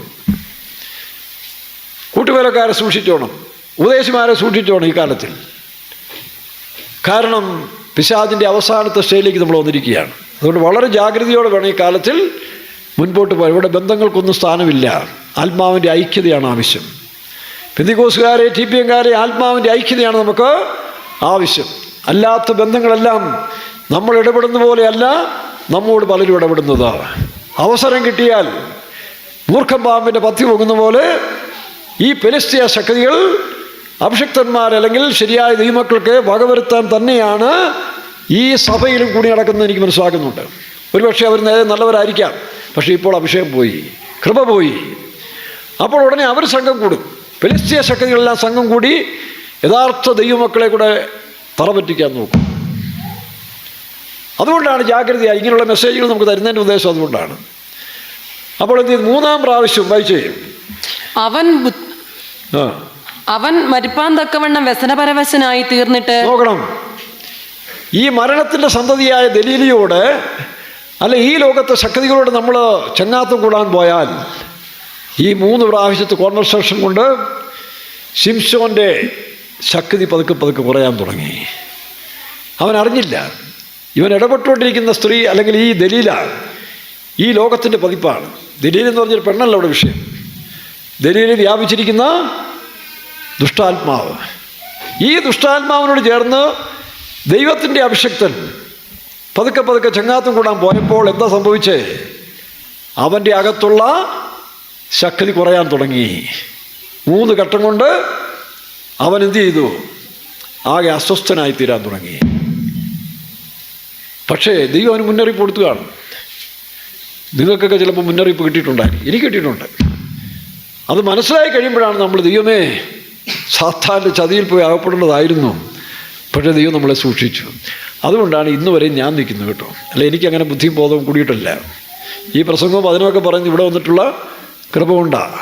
ഞാൻ പഠിക്കുന്ന കാലത്തും എനിക്ക് ഏറ്റവും കുറഞ്ഞ മാർക്ക് കിട്ടുന്നത്, കക്ഷി ജയിക്കുമെന്നല്ലാതെ കണക്കിന് മാർക്ക് കുറവാണ്.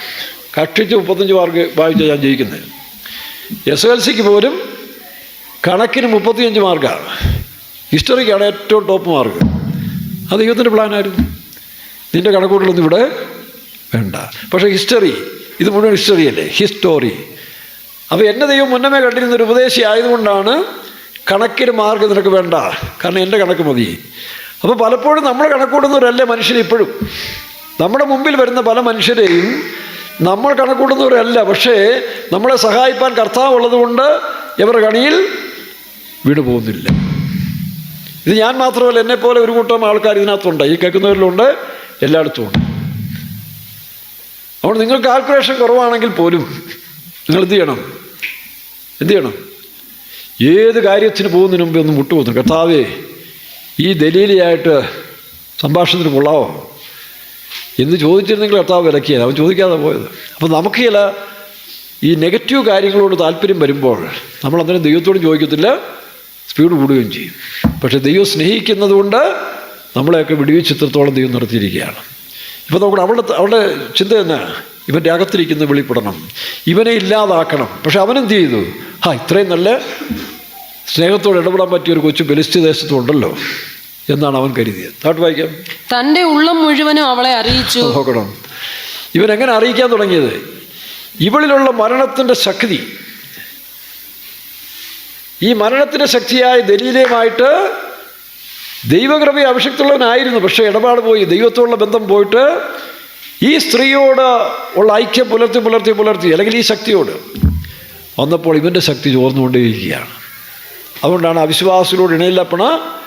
ഇത് ലോകമനുഷ്യൻ മാത്രമല്ല, വിശ്വാസം നഷ്ടപ്പെട്ടു പോയി വിശ്വാസം വിട്ട് കഴിയുന്നവരായാൽ പോലും നമ്മൾ അവരെ പോലും ഒരു അന്യരായി കാണണം മനസ്സിൽ. ഈ അറിവ് നമുക്കുണ്ടായില്ലെങ്കിൽ നമ്മൾ വിചാരിക്കും നമ്മുടെ അപ്പച്ചനാണ്, നമ്മുടെ അമ്മച്ചിയാണ്, നമ്മുടെ കൊച്ചമ്മയാന്ന് വിചാരിക്കും. പക്ഷേ ഇവരടി കൂടെ നമുക്കിട്ട് താങ്ങാൻ വേണ്ടിയുള്ള പണിയാണ് ചെയ്തുകൊണ്ടിരിക്കുന്നത്. അത് ഞാനീ പറയുന്നത് എന്നെപ്പോലെ പരമാർത്ഥികൾക്ക് വേണ്ടിയാണ് പറയുന്നതല്ല. എനിക്ക് പെന്തിക്കോസ് മിഷനിലെ സകല പുള്ളികളെ സ്വർഗത്തിൽ കൊണ്ടുപോകണമെന്ന് എനിക്ക് ആഗ്രഹമില്ല. ഞാൻ വന്നത് പരമാർത്ഥ ഹൃദയത്തോടാണ്, ഇപ്പോഴും അങ്ങനെ നിൽക്കുന്നു. അതുകൊണ്ട് എന്നെപ്പോലെ പരമാർത്ഥിയായി ജീവിക്കുന്നവരാരെങ്കിലും ഉണ്ടെങ്കിൽ അവർക്കിത് പ്രയോജനപ്പെടട്ടെ. ബാക്കി ആർക്കും ഇഷ്ടപ്പെട്ടില്ല, എനിക്ക് വിഷയമേ അല്ല. ഞാൻ ആരുടെയും ശമ്പളത്തിലല്ലല്ലോ ജീവിക്കുന്നതെന്നോ. എൻ്റെ നീതിമാൻ വിശ്വാസത്തിൽ. അതുകൊണ്ട് പെന്തിക്കോസ് മിഷനിൽ പോലും എല്ലാ കാലത്തും ഈ പറഞ്ഞ ഒരു കൂട്ടം വേലക്കാരും വിശ്വാസികളും എന്നോട് താല്പര്യം ഉണ്ടാകത്തില്ലെന്ന്, നാളെ ഉണ്ടാകത്തില്ലെന്ന് എനിക്കറിയാം. കാരണം അതെൻ്റെ ശുശ്രൂഷയുടെ ഭാഗമായതുകൊണ്ടാണ്. ജോസഫ് തൻ്റെ സ്വപ്നം വെളിപ്പെടുത്തിക്കൊണ്ടാണ് തൻ്റെ സഹോദരന്മാർക്ക് തന്നോട് എതിർപ്പ് വന്നത്. അല്ല വേറെന്തോ ചെയ്തത്? ഞാൻ ആരുടെങ്കിലും അന്യായത്തിന് പോകുന്നു, അല്ല ആരുടെങ്കിലും ആദ്യം വന്നാൽ പോകുന്നു. കഴിയുന്നുള്ള നന്മ ഞാൻ നമ്മളിപ്പോൾ ഇഷ്ടപ്പെടും. പിന്നെ നമ്മുടെ വചനം, പ്രസംഗം, നമ്മുടെ ഉപദേശം, നമ്മുടെ ന്യായമായുള്ള ഇടപെടലുകൾ വരുമ്പോൾ പലർക്കും ഇഷ്ടപ്പെടുന്നില്ല. അവരെ ഇഷ്ടപ്പെടുത്താനാണോ നമ്മൾ ജീവിക്കേണ്ടത്? അല്ല. നമ്മൾ ആർക്കിഷ്ടം ചെയ്യണം? എന്നെ അയച്ച പിതാവിൻ്റെ ഇഷ്ടം. ഈ അറിവ് നിങ്ങൾക്കുണ്ടാകും. അല്ല പെന്തിക്കോസ് മിഷൻകാരെ മൊത്തം നമ്മൾ ഇഷ്ടപ്പെടുത്തേണ്ട ആവശ്യമില്ല. പെന്തിക്കോസിലെ എല്ലാ നടത്തിപ്പുകാരും നമ്മോട് പ്രസാദിക്കണമെന്നില്ല. അവർ പോലും പലരുടെ അനുഭവം ഞാൻ കേട്ടിട്ടുണ്ട്. നടത്തിപ്പുകാർ പോലും ചിലർ മറ്റുള്ളവരെ ഇതിൽ നിന്ന് പറഞ്ഞയക്കാൻ പോലും സാമർഥ്യത്തോടെ പ്രവർത്തിച്ചവരെനിക്കറിയാം. പക്ഷേ ദൈവം ചിലരെ നിർത്തിയതിൻ്റെ കാരണം ദൈവം വിളിച്ചുകൊണ്ട് മാത്രമാണ്. അപ്പം മിഷനിൽ പോലും നമ്മൾ ശ്രദ്ധിക്കേണ്ട ഒരു കാലമാണിപ്പം. ഇപ്പോൾ എന്ത് ചെയ്തു? എവളുമായിട്ടുള്ള സംഭാഷണം കൂടി വന്നപ്പോൾ അവൻ മരണാസന്നതയിലായി. നോക്കണം, അവൻ്റെ ജീവൻ പോയിക്കൊണ്ടേയിരുന്നു. എനിക്ക് ദൈവം ഒരു കൃപ വന്നിട്ടുണ്ട് കേട്ടോ. ഞാൻ ഈ ആത്മീയ വിഷയങ്ങൾ സംസാരിക്കാൻ തുടങ്ങിയാൽ കൃപ വന്നുകൊണ്ടേയിരിക്കും. നേരെ മറിച്ച് അത് മാറി ലൗകിക വിഷയങ്ങളോ സാധാരണ വിഷയം സംസാരിച്ചു കഴിഞ്ഞാൽ എനിക്ക് അസ്വസ്ഥ ഉണ്ടാകും കേട്ടോ. അതൊരു ഭാഗ്യമായിട്ട് ഞാൻ എടുക്കുകയാണ്. ഇപ്പോൾ തന്നെ ഇവിടെ വരുമ്പോൾ ഞാൻ കുറച്ച് ദിവസമായിട്ട് എനിക്ക് ഈ ചെസ്റ്റിന് ശ്വാസം മൂക്കിക്കൂടെ വിടുന്നതിന് പകരം വായി കൂടെ വിട്ടിപ്പം ഇവിടെ എന്തോ ഫംഗസൊക്കെ ഉണ്ട്. വല്ലാത്ത ബുദ്ധിമുട്ടുണ്ടെങ്കിലും വചനം പറയാൻ തുടങ്ങിക്കഴിഞ്ഞാൽ അതേസമയം അല്ലാതെ ഇപ്പോൾ സംസാരിക്കാൻ എന്നെക്കൊണ്ട് സാധിക്കുന്നുമില്ല. അതൊരു നന്മയായിട്ട് എടുത്തിരിക്കുക. അതുകൊണ്ട് നിങ്ങളും പ്രാർത്ഥിക്കണം, കർത്താവേ ദൈവം ഇഷ്ടമില്ലാത്തൊരു വാക്ക് പോലും സംസാരിക്കാൻ ആരോടും ഇടപെടാൻ എനിക്ക് ഇടയാകരുതെന്ന് പ്രത്യേകം പ്രാർത്ഥിച്ചോണം. ഇല്ലെങ്കിൽ വിരുന്ന് നഷ്ടപ്പെട്ടു പോകും. പെന്തിക്കോസും കാര്യമൊക്കെയാണ്, ബോർഡും ഒക്കെ ഉണ്ട്. പക്ഷേ ഈ ഫെലിസ്ത്യ ശക്തികൾ വാഴുന്ന കാലമാണ്. അത് നമ്മളെ കീഴ്പ്പെടുത്താതിരിക്കാൻ നമ്മുടെ കൂടെയുള്ളവരെ പോലും നമ്മൾ വളരെ ജാഗ്രതയായിരിക്കണം. കാരണം അവർ കൃപ പോയി കഴിഞ്ഞാൽ വീണ്ടും ഫെലിസ്ത്യരാകും. ഫെലിസ്ത്യരുടെ ഉദ്ദേശം അഭിഷക്തരെ വീഴിക്കുക എന്നുള്ളതാണ്, ദൈവമക്കളെ വീഴിക്കുക എന്നുള്ളതാണ് പിന്നെ അവരുടെ ലക്ഷ്യം. അതിനവർ പല തന്ത്രങ്ങൾ ഉപയോഗിക്കും. അലർന്ന സിംഹത്തെ പോലെ വരും. ലോകമനുഷ്യൻ വരും, നമുക്കറിയാം ഇത് ലോകമനുഷ്യനെന്ന് പറയും. പക്ഷേ ദൈവമക്കൾ വരുമ്പോൾ അറിയത്തില്ല. ഇവൻ ദലീലയുടെ മടിയിൽ പോയി കിടക്കാൻ തുടങ്ങി. വായിച്ച് ക്ഷൗരക്കത്തി എൻ്റെ തലയിൽ തൊട്ടിട്ടില്ല. നോക്കണം, അതിന് മേളത്തെ വാക്യത്തോട് വായിച്ച് അവന് പരവശനായി അല്ലേ വായിച്ചു. അവൻ മരിപ്പാൻ തക്കവണ്ണം വ്യസന പരവശനായി തീർന്നില്ല. എന്താ കാരണം? ഇത്രയും വലിയൊരു അഭിഷക്തൻ, എന്തെല്ലാം അത്ഭുതങ്ങൾ ചെയ്തവൻ, അവൻ എന്ത് ചെയ്തു? കൃപയില്ലാത്തവളും പിന്നെ ദൈവബന്ധമില്ലാത്തവളുമായ ഒരു അന്യ ശക്തിക്ക് അടിമപ്പെട്ട സ്ത്രീയോട് സംഭാഷണത്തിന് പോയതാ. പാപവും ചെയ്തില്ല, സംഭാഷണത്തിന് പോയി, കോൺവെർസേഷൻ പോയതാണ്. ഇവൻ സംസാരിക്കും തോറും ഇവൻ്റെ ജീവൻ അകത്തോട്ട് പോകുന്നില്ല. കാരണം അവൾ മാനസാന്തരപ്പെട്ടുള്ളല്ലോ. അവൾ സ്വയനീതിയാണ്, തന്നെ തന്നെ നീതീകരിക്കുന്നവളാണ്. സ്വന്തം കുറ്റം ഏറ്റുകൊള്ളുന്നവരല്ല. ദൈവമക്കളാണെങ്കിൽ പോലും അവർ സ്വന്തം കുറ്റം ഏറ്റുകൊള്ളുന്നവരല്ല, പിന്നെ തെറ്റ് സമ്മതിക്കുന്നവരല്ല. മറ്റുള്ളവരെ എങ്ങനെങ്കിലും കുറ്റക്കാരാക്കാമെന്നുള്ള ആ സ്പിരിറ്റുള്ളൊരു വിശ്വാസി വിലക്കാരൻ ഈ ദലീലയുടെ കൂട്ടത്തിൽ വരും. അത് ഞാനായിരുന്നാലും നിങ്ങളായിരുന്നാലും. അങ്ങനെയുള്ള മനുഷ്യരോട് നമ്മൾ സംഭാഷിക്കാൻ പോയാൽ നമ്മുടെ കൃപ പോകും. ആകാത്ത സംഭാഷണങ്ങൾ കൊണ്ട് നല്ലൊഴുക്ക് നഷ്ടപ്പെടും, ഇല്ലയോ? ഇങ്ങനെ തമിഴിൽ നല്ലൊഴുക്ക് നഷ്ടപ്പെടും. മലയാളത്തിൽ എങ്ങനെ? ദുർഭാഷണത്താൽ സദാചാരം നഷ്ടമാകും. സൂക്ഷിച്ചോണം കേട്ടോ. ഇന്നിപ്പോൾ ദൈവത്തിൻ്റെ ആത്മാവ് ഒരു പ്രത്യേക കൃപ വന്നിരിക്കും ഇതൊക്കെ പറയാം. കേൾക്കാൻ ചെവിയുള്ളവൻ കേട്ടോണം. അപ്പോൾ ദുർസംഭാഷണം തുടങ്ങി, ദൈവഹിതമില്ലാത്ത സംഭാഷണം തുടങ്ങിയപ്പോൾ ശിംശോൻ അറിഞ്ഞില്ല, അവൻ്റെ ശക്തി ചോരാൻ തുടങ്ങി. അതുകൊണ്ട് വീടുകളിൽ പോയി, എൻ്റെ സ്നേഹിതൻ്റെ വീടാ, ഞങ്ങളുടെ കക്ഷിപ്പെട്ടവരാണ്, ഞങ്ങളുടെ ഇടവകപ്പെട്ടവരാ, ഞങ്ങളുടെ കുടുംബാംഗങ്ങളാണെന്ന് പറഞ്ഞുകൊണ്ട് നിങ്ങൾ സംഭാഷണം തുടങ്ങിയാൽ അവർ തുടങ്ങിക്കോട്ടെ. ഒരു കൃപയുള്ള നീ പോകരുത്, എഴുന്നേറ്റ് പോകണം. ചില വേലക്കാർ, ചില വിശ്വാസികൾ പറഞ്ഞിട്ടുണ്ട്, ഞാനാണെങ്കിൽ സൂക്ഷിച്ചോണം കേട്ടോ. പണ്ട് നടത്തിപ്പാർ പറയും, നടത്തിപ്പാർ പരസ്യമായി പറയും, സുവിശേഷ വേലക്കാർ, കൃപയില്ലാത്ത വേലക്കാർ നിങ്ങളുടെ വീട്ടിൽ വരുമ്പോൾ മറ്റുള്ളവരെക്കുറിച്ച്, അവരെക്കുറിച്ച് കുറ്റം പറയാനും, നടത്തിപ്പുകാരെക്കുറിച്ച്, കൂട്ടുവേലക്കാരെക്കുറിച്ച് കുറ്റം പറയാൻ വരുന്ന വിശ്വാസികൾ, വേലക്കാർ, അല്ലെങ്കിൽ ആത്മീയ സംഭാഷണത്തിന് വലിയ പ്രാധാന്യം കൊടുക്കാതെ സംഭാഷിക്കുമ്പോഴേ എന്ത് ചെയ്തോണം എന്നാണ് പറഞ്ഞിരിക്കുന്നത്. ഇതിനകത്ത് അപ്പച്ചന്മാർ പറഞ്ഞിട്ടുള്ളൂ എന്താ? അപ്പോഴേ നിങ്ങൾ എഴുന്നേറ്റ് പോയിട്ടൊരു പായിട്ട് കൊടുത്തേക്കണം. പാസ്റ്റർ ചായോ, ഉപദേശിച്ചായോ, അല്ല കൊച്ചമ്മോ, ഇല്ല അമ്മാമ്മയോ, എന്തെങ്കിലും വേണം വിളിച്ചോ, ഇല്ല അമ്മൂമ്മയെന്നോ, എന്ത് വേണമെങ്കിലും വിളിച്ചോ, കുഴപ്പമില്ല. നമുക്കൊന്ന് പ്രാർത്ഥിക്കാം. ഒന്ന് രണ്ട് വിഷയമാണെന്ന് പറയുമ്പോൾ ഇവർ 2 മണിക്കൂർ സംഭാഷണം വേണമെങ്കിൽ നടക്കാൻ തീരുമാനിച്ചിരിക്കുകയാൽ അപ്പോഴാ പായിട്ട് നമുക്കൊന്ന് പ്രാർത്ഥിക്കാമെന്ന് പറയുമ്പോൾ, ഓ സ്വത്രം സ്വത്രം സ്വത്രം, എനിക്ക് 3 വീട്ടിൽ കൂടെ പോകണം, 3 വീട്ടിൽ പോകണം, അവിടെ പോകണം, ഇവിടെ പോകണം, അവർക്ക് വേണ്ടി ഞാൻ ഇവിടെ പ്രാർത്ഥിച്ചിട്ട് പോകും, യേശുവേ സ്വത്രം പ്രാർത്ഥിച്ചങ്ങ് പോയിക്കോളും. ശല്യം ഒഴിഞ്ഞില്ലേ? ഉപജയുടെ വേലക്കാരുടെ ശല്യം ഒഴിഞ്ഞോ? സൂക്ഷിച്ചോണം. ഞാനാണെങ്കിൽ പോലും. കാരണം എല്ലാ അഭിഷിക്തന്മാർക്കും ചില സമയത്ത് കൃപ നഷ്ടപ്പെടാം. അപ്പോൾ നിങ്ങൾ സഹായികളായിക്കോണം.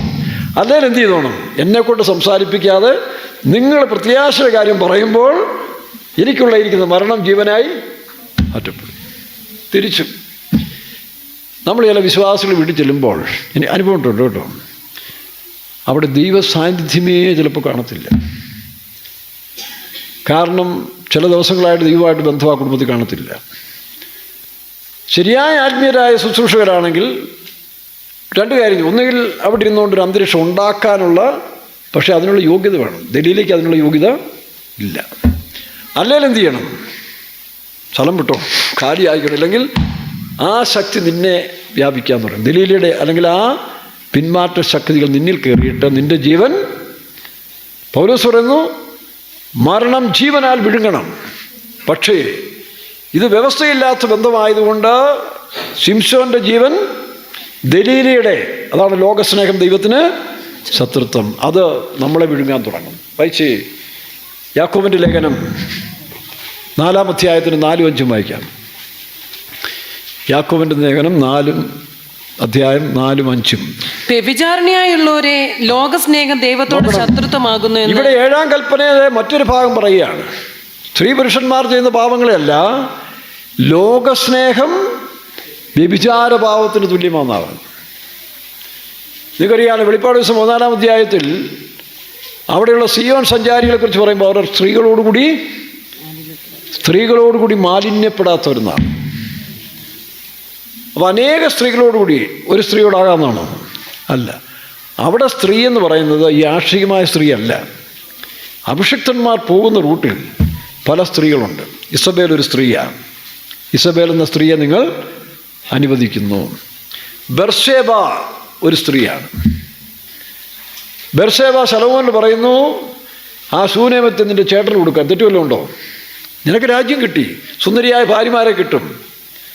പക്ഷേ ആ ശൂനേമത്തി അവൾ അത്ര വലിയ സൗന്ദര്യമുള്ളതൊന്നുമല്ല, പക്ഷെ പ്രത്യേക കൃപയുള്ളവളാണ്. നിൻ്റെ ജ്യേഷ്ഠൻ രാജാവാകേണ്ട സ്ഥാനത്ത് ദൈവം നിന്നെ ആക്കി. അപ്പോൾ നീ എന്ത് ചെയ്യണം? ആ ശൂനേമത്തിയെ കൊടുത്തു തരും. അദോനിയാവിൻ്റെ ആലോചനപ്രകാരം സ്വന്തം മകനോട് യാചിക്കാൻ വന്നിരിക്കുകയാണ്. തള്ളയെ അറിയുന്നില്ല അതിൻ്റെ പിന്നിലുള്ള ചതി. നോക്കണം, സ്വന്തം തള്ള മകനെ ചതിയിലാക്കാൻ വേറൊരുത്തിൻ്റെ ഇൻസ്പിറേഷൻ വരികയാണ്. അത് ബർശേബയ്ക്ക് മനസ്സിലായില്ല. പക്ഷേ അഭിഷിക്തനായ രാജകുമാരനായ രാജാവായ ശലോമോന് മനസ്സിലായി ഇത് ചതിവാണ്. സ്വന്തം അമ്മയോട് ആദ്യത്തെ എന്താ പറഞ്ഞേ, എന്നാ പിന്നെ നീ രാജ്യം കൂടെ ചോദിക്കരുതും ചാടി എഴുന്നേറ്റവൻ കൊച്ചൻ അമ്മയുടെ മുമ്പിൽ. കാരണം അത് ചതിവാണെന്നുള്ള വിവേചനം ആർക്കുണ്ടായിരുന്നു? സ്വന്തം അമ്മയോടാണ്. കർത്താവായ യേശു ക്രിസ്തു ആദ്യത്തെ അത്ഭുതം ചെയ്യുമ്പോൾ ഒരു അമ്മ വന്നു, സ്ത്രീ വന്നു. എന്താ പറഞ്ഞേ? ആ മോനെ വെള്ളം ഇവിടെ വീഞ്ഞില്ല, വീഞ്ഞുണ്ടാക്കി കൊടുക്കാൻ പറഞ്ഞു. യേശു എന്താ പറഞ്ഞേ? സ്ത്രീയെ എനിക്ക് നിനക്ക് തമ്മിൽ എന്ത്? അപ്പം ഇങ്ങനെ ചില സ്പിരിറ്റുകൾ പ്രവർത്തിക്കുന്നതിനെയാണ് ഇവിടെ സ്ത്രീകൾ എന്ന് പറയുന്നത്. ഇപ്പം ദലീല ഒരു സ്ത്രീയാണ് എന്ന് വെച്ചാൽ അവളിൽ വ്യാപരിക്കുന്ന ആത്മാ, അതിനെ ശിംശോൻ ജയിക്കേണ്ടതായിരുന്നു, പക്ഷെ തോറ്റുപോയി. ഇതാണ് വെളിപ്പാട് പുസ്തകത്തിൽ കാണുന്ന അഭിഷിക്തന്മാർ. അവർ സ്ത്രീകളോടുകൂടി മാലിന്യപ്പെടാത്തത്. അപ്പോൾ ആ സ്ഥാനത്ത് മറിയ ഒരു തടസ്സമായിട്ട് യേശുവിൻ്റെ അടുത്ത് വന്നു. അത് തിരിച്ചറിഞ്ഞു യേശു. ബർശേബ, ഇസബേൽ, പിന്നെ വെളിപ്പാട് ദിവസം 18:4 കഴിയുമ്പോൾ അവളെ വിട്ട് പോരുവിൻ. ഇങ്ങനെ പല സ്ത്രീകളെ നമ്മൾ വേദപുസ്തകത്തിൽ കാണും. അതിലൊരു സ്ത്രീയാണ് ഈ ദലീല എന്ന് പറയുന്ന സ്ത്രീ എന്ന് പറഞ്ഞ ആത്മാവിനെ വിവേചിക്കാൻ കഴിഞ്ഞില്ലെങ്കിൽ ലോകസ്നേഹം വ്യഭിചാരണ കുറ്റമായിട്ട് മാറും. വീണ്ടും വായിച്ച്, വ്യഭിചാരിണികളായുള്ളവരെ ലോകസ്നേഹം ദൈവത്തോട് ശത്രുത്വമാകുന്നു. അതുകൊണ്ടാണ് നമ്മൾ ദൈവമക്കൾ ലോകമനുഷ്യനിൽ നിന്നും ഒരു വേർപെട്ട് ജീവിക്കണം. കുറച്ചൊക്കെ കച്ചവടം മതി, കുറേയൊക്കെ ബിസിനസ് മതി. നമ്മുടെ ലക്ഷ്യം എന്താ? സ്വർഗത്തിൽ പോകണമെന്നല്ലേ? അതാ ലക്ഷ്യമെങ്കിൽ ഈ ലോകത്തിലെ കാര്യങ്ങൾക്ക് പ്രാധാന്യം അധികം കൊടുക്കരുത്. ഉണ്ണാനും ഉടുപ്പാനും ഉണ്ടെങ്കിൽ അത്യാവശ്യം ജീവിച്ചു പോകാനുള്ള ജോലി വേണം, അല്ലെങ്കിൽ തൊഴിൽ വേണം. അതിനപ്പുറത്തേക്ക് പോയാൽ നിങ്ങൾ പെട്ടുപോകും, നിങ്ങളെ പെടുത്തിക്കളയും. വലിയ സ്നേഹം പറയും, അപ്പച്ച, അമ്മച്ചി, അണ്ണൻ അപ്പടിയാണ് ഇപ്പടിയാന്നൊക്കെ പറയും. പക്ഷേ അണ്ണൻ്റെ അടിയിൽ കൂടെ കത്തി കയറ്റുകാന്ന് അണ്ണൻ ചിലപ്പോൾ അറിയാതെ പോകും. അയ്യോ എന്നെ അരുമയാ പേசுகிறாங்க, ഇപ്പടിയൊക്കെ മനുഷ്യരിക്കുന്നത് എന്നേക്കാൾ പരിശുദ്ധമാണ് എന്താ ആള്, അന്ത ഉലക മനുഷ്യനാണെ കൂടെ എന്നേക്കാളും നല്ല മനുഷ്യൻ. അതോടോ തനിക്കൊന്നും അറിയത്തില്ല വിഷയം. അവൻ അടിയിൽ കൂടെ കത്തി കയറ്റാൻ പോവാ നിൻ്റെ വായിൽ, മനസ്സിലാവുന്നോ? അപ്പോഴേ അറിയത്തുള്ളൂ. ഇതാ ദലീലെ പതുക്കെ സംസാരിച്ച്, ആ സംസാരം ഇനിപ്പോടു കൂടിയാണ് അവൻ കേട്ടത്. ഇച്ചിരി സ്ട്രോങ് ആയിരുന്നെങ്കിൽ അപ്പോഴേ തമ്മി പിരിഞ്ഞു പോയനെ. ഈ ചിലർ അടുത്തു കൂടും, ആണായാലും പെണ്ണായാലും. അവർ പരിപാടി ഒക്കുന്നില്ലെന്ന് മനസ്സിലായാൽ പിന്നെ ഉടനെ വലിയ വിശുദ്ധിയും ഇതും പറഞ്ഞ് പ്രഖ്യാപിച്ചുകൊണ്ട് നാടുകളെ ഇവരെ ഇല്ലാതാക്കാൻ ശ്രമിക്കും. അത് ആണിനും പെണ്ണിനും ഉണ്ട്, സൂക്ഷിച്ചോണം കേട്ടോ. ഇപ്പോഴെന്ത് ചെയ്തു? ശിംശോൻ തളരാൻ തുടങ്ങി. ഇത്രയും വലിയൊരു മനുഷ്യൻ, അവൻ്റെ ചരിത്രം ഒന്ന് വായിച്ചു നോക്കി. എന്തെല്ലാം ഒരു സിംഹത്തെ വലിച്ചു കീറി എന്തെല്ലാം കാണിച്ചവനാണ്. നിസാരമായ, അപ്പോൾ ദലീല എന്ന് പറയുന്നൊരു സ്ത്രീയല്ല, ദലീലയുടെ അകത്ത് ഇരിക്കുന്ന ലോകത്തിൻ്റെ ശക്തി. അവിടെയാണ് ശിംശോൻ ഐക്യപ്പെടാൻ പോയത്. കൊണ്ടാണ് വേർപാടിൻ്റെ ആവശ്യം. അവളെ വിട്ട് പോരുവിൻ, എൻ്റെ ജനമായുള്ളവരെ. വായിച്ചു വെളിപ്പാട് 18:4. അവളുടെ പാപങ്ങളിൽ പങ്കാളിലാകെ. വേറെ സ്ത്രീ, വെളിപ്പാട് 18:4. വേറൊരു ശബ്ദം സ്വർഗത്തിൽ പറയുന്നതായി ഞാൻ കേട്ടത്, എൻ്റെ ജനമായുള്ളവരെ അവളുടെ പാപങ്ങളിൽ കൂട്ടാളികളാകാതെയും അവളുടെ ബാധകളിൽ ഓഹരിക്കാരാകാതെയും ഇരിപ്പാൻ അവളെ വിട്ടു പോരുവിൻ. ഇങ്ങനെ ഒരു ശബ്ദം നീ കേൾക്കും. നീ ദൈവത്തിൻ്റെ പൈതലാണെങ്കിൽ നീ അകപ്പെടുന്നതിന് മുൻപ്. നമ്മുടെ പിള്ളേരൊക്കെ ലോകത്തിൻ്റെ എവിടെല്ലാം പോകുന്നറിയാവോ? ചില പിള്ളേർ സാക്ഷി പറഞ്ഞിട്ടുണ്ട് ദൈവം അവരെ സൂക്ഷിച്ചത്. ചിലത് പോയി പെട്ടുപോവുക, എല്ലാത്തിനും പെട്ടിട്ടാണ് പിന്നെ തിരിച്ചു വരുന്നത്. കാരണം സൗഹാർദ്ദത്തിന് പോവുക. ബാംഗ്ലൂരിൽ പോയൊരു പെൺകുട്ടിയുടെ സാക്ഷി കേൾക്കണോ? നല്ല കുടുംബത്തിൽ ജനിച്ചോള്, നല്ല ഭക്തരായ മാതാപിതാക്കന്മാർ, പക്ഷെ പഠിക്കാൻ പോയി. കൂടെ പഠിച്ച പിള്ളേർ ഇവിടെ കൊണ്ട് ടൗൺ കാണിക്കാൻ പോയി. പതുക്കെ ഒരു ബേക്കറി കൊണ്ടുപോയി ജ്യൂസ് കുടിപ്പിച്ചതാണ്. പിന്നെ അവളുടെ നഗ്ന ഫോട്ടോ എല്ലാം എടുത്ത് സ്റ്റോക്ക് ചെയ്ത് പിന്നെ അവളെ ഭീഷണിപ്പെടുത്താൻ തുടങ്ങി. അങ്ങനെ അവൾ പലരോടുകൂടി പാപം ചെയ്യാൻ അടിമയാകേണ്ടി വന്നു. പിന്നെ പോക്കറ്റ് മണിയൊക്കെ ഇഷ്ടംപോലെ കിട്ടാൻ തുടങ്ങി. പിന്നീടാണ് കുറ്റബോധം വന്ന് ഇതെല്ലാം ഏറ്റു പറഞ്ഞത്. കൂട്ടുവിടാൻ പോയതാണ്. അവർക്കിത് എക്സ്പീരിയൻസ് ആയി. ഇപ്പോൾ പുതിയ കുട്ടികൾ വരുമ്പോൾ ഇവരിങ്ങനെ അനേകരെ ബാംഗ്ലൂരിലൊക്കെ പലയിടത്തും വഞ്ചിക്കുന്നുണ്ട്. ചിലർ പിന്നെ അത് ഒരു സാധാരണ വിഷയമായിട്ടങ്ങ് എടുക്കുന്നുണ്ട്. പിന്നെ ആ കുട്ടിയാലും തകർന്ന് കരഞ്ഞു ദൈവത്തോട് നിലവിളിച്ചു. ഇപ്പോൾ ഉണ്ട്, വിശ്വാസിയായിട്ടുണ്ട്, ഇപ്പം വെളിയിലാണ്. അപ്പോൾ ഇങ്ങനെയൊക്കെയുള്ള സംഭവങ്ങളുണ്ട്. അതുകൊണ്ട് സൂക്ഷിച്ചോണം. ബിരുദം നഷ്ടപ്പെടാനുള്ള എല്ലാ സാധ്യതകളും നമ്മുടെ മുമ്പിൽ ഉണ്ട്. ആരും നിങ്ങളെ ചതിക്കരുത്. ഏത് വിധേനയും ചതിക്കുവാൻ. ഇപ്പോൾ നോക്കി, സംഭാഷണം തുടങ്ങിയപ്പോൾ അവിടെ വിചാരഭാവം ചെയ്തില്ലല്ലോ. അപ്പം തന്നെ അവൻ തളർന്നു. കാരണം ഇവൻ സന്തോഷത്തോടെ അത് കൈക്കൊള്ളാൻ തുടങ്ങി. സന്തോഷത്തോടെ ഈ ലോകത്തിൻ്റെ ആലോചന, അത് യൂട്യൂബിൽ കൂടെ ആയിരിക്കാം, നെറ്റിൽ കൂടെ ആയിരിക്കാം, നിൻ്റെ കൂട്ടുകാരിൽ കൂടെ ആയിരിക്കാം. നീ അത് കേൾക്കും തോറും നിൻ്റെ ജീവൻ നഷ്ടപ്പെടും. പിന്നെ നീ എന്ത് പറയുമോ, ഇതൊക്കെ ശരിയല്ല, ഇതൊക്കെ തെറ്റാണ് എന്ന് പറയാൻ നീ പ്രാപ്തനാകുന്നതിൻ്റെ കാരണം ഈ ലോകത്തിൻ്റെ ശക്തി നിന്നിൽ കയറുന്നതുകൊണ്ടാണ്. ലോകസ്നേഹം ദൈവത്തിന് വായിച്ചതോട്ട് വയ്ക്കാം. വ്യഭിചാരിണിയായുള്ളവരെ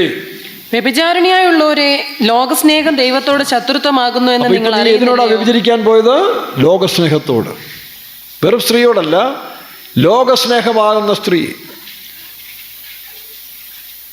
ലോകമാകുന്ന സ്നേഹത്തിലേക്ക് നീ പോകുന്നതോടുകൂടി നീ ഒരു വ്യഭിചാരിണിയായി മാറ്റപ്പെടുകയാണ്. അതാണ് യേശു പറഞ്ഞു, ഞാൻ ലൗകികനല്ലാത്തതുപോലെ പിതാവേ. യോഹന്നാന്റെ സുവിശേഷം 17 യേശു പ്രാർത്ഥിച്ചു, ഞാൻ ലൗകികനല്ലാത്തതുപോലെ. അപ്പോൾ നമ്മുടെ ജീവിതത്തിൽ ലൗകികതയെല്ലാം മാറ്റി ഒരു വിശുദ്ധീകരണത്തിലേക്ക് വരേണ്ട സമയമാണ്. അത് നഷ്ടപ്പെടുത്തിയാൽ പിന്നീട് നിങ്ങൾ ശിക്ഷ അനുഭവിക്കേണ്ടി വരും. പിന്നെ ശരിക്ക് നിലവിളിക്കേണ്ടതായിട്ട് വരും. പിന്നെ അന്ത്യക്രിസ്തുവിൻ്റെ കാലത്തിൽ ശരിക്ക് പിഴയടയ്ക്കേണ്ടി വരും. അതും ചിലർക്ക് മാത്രം രക്ഷപ്പെടാം. താഴോട്ട് വായിക്കാം. ലോകസ്നേഹം. ആകയാൽ ലോകത്തിന്റെ സ്നേഹിതനാകുവാൻ ഇച്ഛിക്കുന്നവനെല്ലാം, ലോകത്തിന്റെ സ്നേഹം നേടുവാൻ ഇച്ഛിക്കുന്നവരൊക്കെയും ദൈവത്തിന്റെ ശത്രുവായി തീരും. ദൈവം ശത്രുവായി തീരുകയാണ്. ഇപ്പൊ ശിംശോന്റെ കൂടെ ഉണ്ടായിരുന്ന ദൈവം വിട്ടുപോയത് അവൻ അറിഞ്ഞില്ല. എങ്ങനെ വിട്ടുപോയത്? അവളുമായി പാപം ചെയ്തപ്പോഴാണോ? അല്ല. മറ്റൊരു കാര്യം നിങ്ങൾ ശ്രദ്ധിച്ചു നോക്കി, അത് നമുക്ക് പറയാൻ പാടില്ലെങ്കിലും അതിന് തൊട്ട് മുകളിൽ നോക്കുമ്പോഴേ ശിംശോൻ ഒരു വേശ്യയുടെ കൂടെ പോയി താമസിച്ചെന്നാവും. ഇത് ഞാൻ ന്യായീകരിക്കുകയല്ല. അതിന് തൊട്ട് മുകളിൽ വായിക്കുമ്പോൾ ശിംശോൻ കറങ്ങിത്തിരിഞ്ഞ്, അവൻ്റെ മനുഷ്യനാണല്ലോ, ഇന്നത്തെ കാലത്ത് ഇങ്ങനെയൊക്കെയുള്ള സംഭവം ഒരുപാടുണ്ടല്ലോ. അവനൊരു വേശ്യയുടെ കൂടെ പോയി താമസിച്ചു. പക്ഷെ ഒരു കാര്യം, അവൻ വേശ്യയുടെ കൂടെ പോയി താമസിച്ചിട്ടും അവൻ്റെ ശക്തി നഷ്ടപ്പെട്ടില്ല. അതെന്താ കാരണം? അതൊരു ബിസിനസ് മെൻറ്റാലിറ്റി. അവൻ കാശ് കൊടുക്കുന്നു, അവന് താൽക്കാലിക ഒരു കാര്യം സാധിച്ചിട്ട് പോരുന്നു, അത്രയേ ഉള്ളൂ. പക്ഷേ അവർ സംഭാഷണത്തിൽ ഹൃദയം കൈമാറിയില്ല, ഐക്യത വന്നില്ല. അത് തെറ്റാണ്. ഒരു അഭിഷേകത്തിന് അങ്ങനെ പഴയ നിയമത്തിൽ എനിക്കറിയത്തില്ല, അങ്ങനെയൊക്കെ പോകുന്നുണ്ടായിരിക്കാം. പക്ഷേ അങ്ങനൊരു വേശ്യയോട് പോയി താമസിച്ചിട്ട് പോലും ശിംശോൻ്റെ ശക്തി നഷ്ടപ്പെട്ടില്ലെന്നാണ് അവിടെ കാണുന്നത്. അടുത്തവൻ എന്ത് ചെയ്തു? പക്ഷേ ആ വേശ്യയോടുള്ള ജീവിതം അടുത്ത ലോകസ്നേഹത്തിലേക്ക് എന്ത് ചെയ്തു? മറയാക്കി മാറ്റി. കേട്ടോ മക്കളെ, നിങ്ങൾ യൂട്യൂബിൽ കൂടി ചന്ദ്രയാൻസിൻ്റെ ഡീറ്റെയിൽസ് എടുക്കാനാണ് പോകുന്നത്, നെറ്റ് എടുക്കുന്നത്. അപ്പോഴാണ് പെട്ടെന്ന് നിങ്ങളുടെ കൺമുമ്പിൽ വേറൊരു വിഷയം വരും. ജസ്റ്റ് ഒന്ന് നോക്കിക്കളയാം, നോക്കി കുഴപ്പമൊന്നുമില്ല. 2 പ്രാവശ്യം നോക്കി കഴിയുമ്പോൾ നമ്മുടെ മെൻറ്റാലിറ്റി മാറും. പിന്നെ നമ്മളെ കൊണ്ടെത്തിക്കുന്നത് അതിനേക്കാൾ ദുരന്തത്തിലായിരിക്കും. ഒരു കാര്യം, ഒരു വേശ്യയോട് കൂടി മിങ്കിൾ ചെയ്തിട്ടും ശിംശോൻ്റെ ശക്തി നഷ്ടപ്പെട്ടില്ല. പക്ഷേ ഒരു ദലീലയോടുകൂടി സംസാര സംഭവത്തിന് അവരുടെ ശക്തി നഷ്ടപ്പെട്ടു. എന്താ കാരണം? അവൻ അറിഞ്ഞില്ല, ചതിവായിപ്പോയി. മറ്റേ ചതിവല്ല, അവൾ വേശ്യയാണ്. അവൻ ചെന്നു, പണ്ട് യൂദാ പോയതുപോലെ. അന്നത്തെ കാര്യങ്ങൾ അവൻ്റെ ഒരു താൽക്കാലിക ഇത് സാധിച്ചാൽ പോകുന്നത്രയേ ഉള്ളൂ.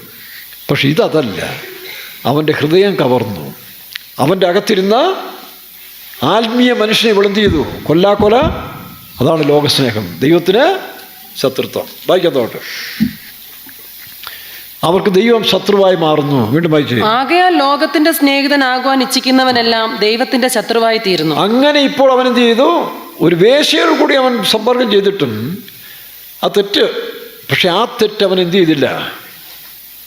തെറ്റാന്ന് അവൻ സമ്മതിക്കാം, പക്ഷെ ആ തെറ്റ് അവൻ്റെ ശക്തി ഇല്ലാതാക്കിയില്ല. പക്ഷെ ഈ സംഭാഷണം ഹൃദയങ്ങൾ കവർന്ന് കവർന്ന് കവർന്ന് പകർന്ന് പകർന്ന് പകർന്ന് അവൻ മരണം ശക്തി വ്യാപിക്കാൻ തുടങ്ങി. ലോകത്തിൻ്റെ ശക്തി അവൻ മേൽ വ്യാപിക്കാൻ തുടങ്ങി. അങ്ങനെ വ്യാപിച്ചു വന്നപ്പോൾ അവൻ അസ്വസ്ഥനായി. നോക്കണം, ബലഹീനനായി. അവൻ അറിയാതെ ഇവൻ്റെ രഹസ്യങ്ങൾ പറയാൻ നിർബന്ധിതമാക്കി വന്നു. ഇതാണ് ലോകത്തിൻ്റെ ശക്തി. അപ്പോൾ ഒരു വേശ്യയുടെ പിന്നിലുള്ള ശക്തിയെക്കാളും ഭയങ്കരമായ ശക്തിയാണ് ലോകത്തിൻ്റെ ശക്തി. അതിലൊന്നാണ്, ഒരംശം മാത്രമേ വേശ്യയുടെ ഉള്ളൂ. ഇത് തിരിച്ചറിയണം. അപ്പോൾ ഞങ്ങൾ വ്യഭിചാരഭാവം ചെയ്യുന്നില്ലല്ലോ, കൊലപാതകം ചെയ്യുന്നില്ലല്ലോ. പക്ഷേ അങ്ങനെ ചെയ്തവന്മാർ പെട്ടെന്ന് മാനസാന്തരപ്പെടും. പക്ഷേ ഈ ലോകസ്നേഹത്തിലും നീതീകരണത്തിലും ന്യായത്തിലും പോകുന്നവർ, നീ അറിയുന്നില്ല, നിൻ്റെ ശക്തി ക്ഷയിച്ച് ക്ഷയിച്ച് ക്ഷയിച്ച് നീ ദാഹം കൊണ്ട് അസ്വസ്ഥനായി തീരുകയാണ്. ആ വാക്യം വീണ്ടും വായിച്ചേയും. അവൻ പരവശനായി, അവൻ്റെ ഹൃദയം അവൻ മരിപ്പാൻ തക്കവണ്ണം വ്യസനപരവശനായി. ആരോടുള്ള ഇടപെടൽ? ആരോടുള്ള ഇടപെടൽ? അത് വിശ്വാസ വീട്ടിലാണെങ്കിൽ പോലും ദൈവസ്നേഹത്തിൽ നിന്ന് അന്യപ്പെട്ട സുവിശേഷ വേലക്കാരോട് നിങ്ങൾ കോർക്കാൻ പോയാൽ, സംഭാഷണത്തിൽ അവർ മുട്ടാൻ പോയാൽ നിങ്ങളുടെ സ്വസ്ഥത നഷ്ടപ്പെടും. അപ്പോൾ ബുദ്ധിയുള്ളവർ എന്ത് ചെയ്തോണം? അതൊഴിഞ്ഞ് പൊക്കോണം. വേറെ ചിലർ വരും, നിങ്ങളെ കൂട്ടുപിടിക്കാൻ വരും. കൂട്ടുപിടിച്ചുകൊണ്ട് പതുക്കെ നിങ്ങൾക്ക് ഇഷ്ടമില്ലാത്ത ഒരാളെ പറ്റി കുറ്റം പറഞ്ഞ് പറഞ്ഞ് പറഞ്ഞ് നിങ്ങൾ അടുക്കും. പക്ഷെ അതാണ് ഏറ്റവും ദോഷം. നേരെ അടിക്കുന്നവർക്ക് അത്രയും വരുന്നില്ല, നമ്മൾ ഒഴിഞ്ഞു പോയാൽ മതി.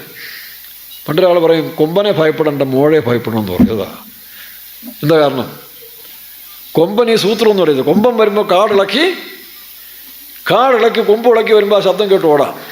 പക്ഷേ ഈ മോഴയെന്ന് പറഞ്ഞ സാധനം ഉണ്ടല്ലോ, ഈ ദലീലെ പോലെ, ഇവന്ത് ചെയ്യും? ഒരു മറവിൽ തിരിവിൽ ഇങ്ങനെ മനുഷ്യൻ്റെ ഗന്ധം അടിക്കുമ്പോൾ അവൻ പോയി ഒരു വളവിൽ പോയി പതുങ്ങി നിൽക്കും. അവന് ഭയങ്കര സ്മെല്ല് പിടിച്ചെടുക്കാം. ഇപ്പം മനുഷ്യ അനക്കമൊന്നുമില്ലല്ലോ, അനക്കമൊന്നുമില്ല. അപ്പം പതുക്കെ ചെന്ന് ഈ മറവിൽ തിരിഞ്ഞ സമയത്തിൽ ഇവനടിച്ചിടും. അതാണ് കൊമ്പനെ ഭയപ്പെടേണ്ട. ചിലരിങ്ങനെ എതിർത്ത് സംസാരിക്കും, പിന്നെ നേരെ ചിലർക്ക് പറയും. അതത്ര ഭീകരമല്ല. പക്ഷേ ഈ അടി കൂടെ മാന്തുന്ന ചില പാർട്ടികളുണ്ട്. നല്ല പഴത്തിൽ കത്തിയിറക്കാമെന്ന് പറയും, ഈസിയാ പ്രശ്നം. അല്ല, തോളയിലിരുന്നുകൊണ്ട് ചെവി തിന്നുന്ന പാർട്ടികൾ. ഇതിനെയാണ് സൂക്ഷിക്കേണ്ടത് കേട്ടോ. നമ്മൾ പലപ്പോഴും നമ്മുടെ നേരെ എന്തെങ്കിലും ആരും പറഞ്ഞാൽ അവരെ എതിരായി കാണും, പക്ഷെ അവരെ പിന്നും മാനസാന്തരപ്പെടും. അപ്പോൾ ഈ വശീകരണ ശക്തിയുള്ള ചില പുള്ളികളോട് അടുത്തു പോയാൽ അവർ ഈ എലി കരണ്ടുന്ന പോലെ കരണ്ട് സിംസോൻ്റെ അകത്തെ ബലം മുഴുവൻ മാറ്റി. അപ്പോൾ എന്ത് സംഭവിച്ചു? സിംസോൻ മരണഭവശനായി, ഇപ്പോൾ കൺട്രോളിങ് പോയി. അപ്പോൾ ഉള്ളതെല്ലാം അങ്ങനെ മനഃപൂർവ്വം പറഞ്ഞല്ല, അവൻ്റെ ശക്തി ക്ഷയിച്ചു കഴിഞ്ഞപ്പോൾ ബലമില്ലാതായി അവനിതെല്ലാം വിളിച്ചു പറയാൻ തുടങ്ങി. വായിച്ചേയും. തൻ്റെ ഉള്ളം മുഴുവനും അവളെ അറിയിച്ചു, ക്ഷൗരക്കത്തി എൻ്റെ തലയിൽ തൊട്ടിട്ടില്ല. നോക്കണം, ആദ്യമൊക്കെ തമാശ പറഞ്ഞ് കാര്യത്തോടടുത്തു. ക്ഷൗരക്കത്തി തൊട്ടിട്ടില്ല. ഞാൻ അമ്മയുടെ ഗർഭം മുതൽ ദൈവത്തിന് വ്രതസ്ഥനാകുന്നു. എവിടെ എഴുതിയിരിക്കുന്നത്? സംഖ്യാപുസ്തകം 5-ലും 6-ലും ഒക്കെ വായിക്കുമ്പോൾ നാസിർ വ്രതത്തെ പറ്റി പറയുന്നുണ്ട്. 6-9 വായിച്ചേ. ഈ നാസിർ വ്രതക്കാരന് ചില പ്രത്യേക നിയമത്തിൽ കൂടെ പോകണം. അതാണ് ആത്മീയ ജീവിതത്തിലും പ്രതിഷ്ഠാ ജീവിതം. ആ പ്രതിഷ്ഠ ഉടച്ചു കഴിഞ്ഞാൽ പിന്നെ വർഷം പറഞ്ഞ്, അതുകൊണ്ടാണ് പെന്തിക്കോസിൽ വർഷത്തിന് സ്ഥാനമില്ല.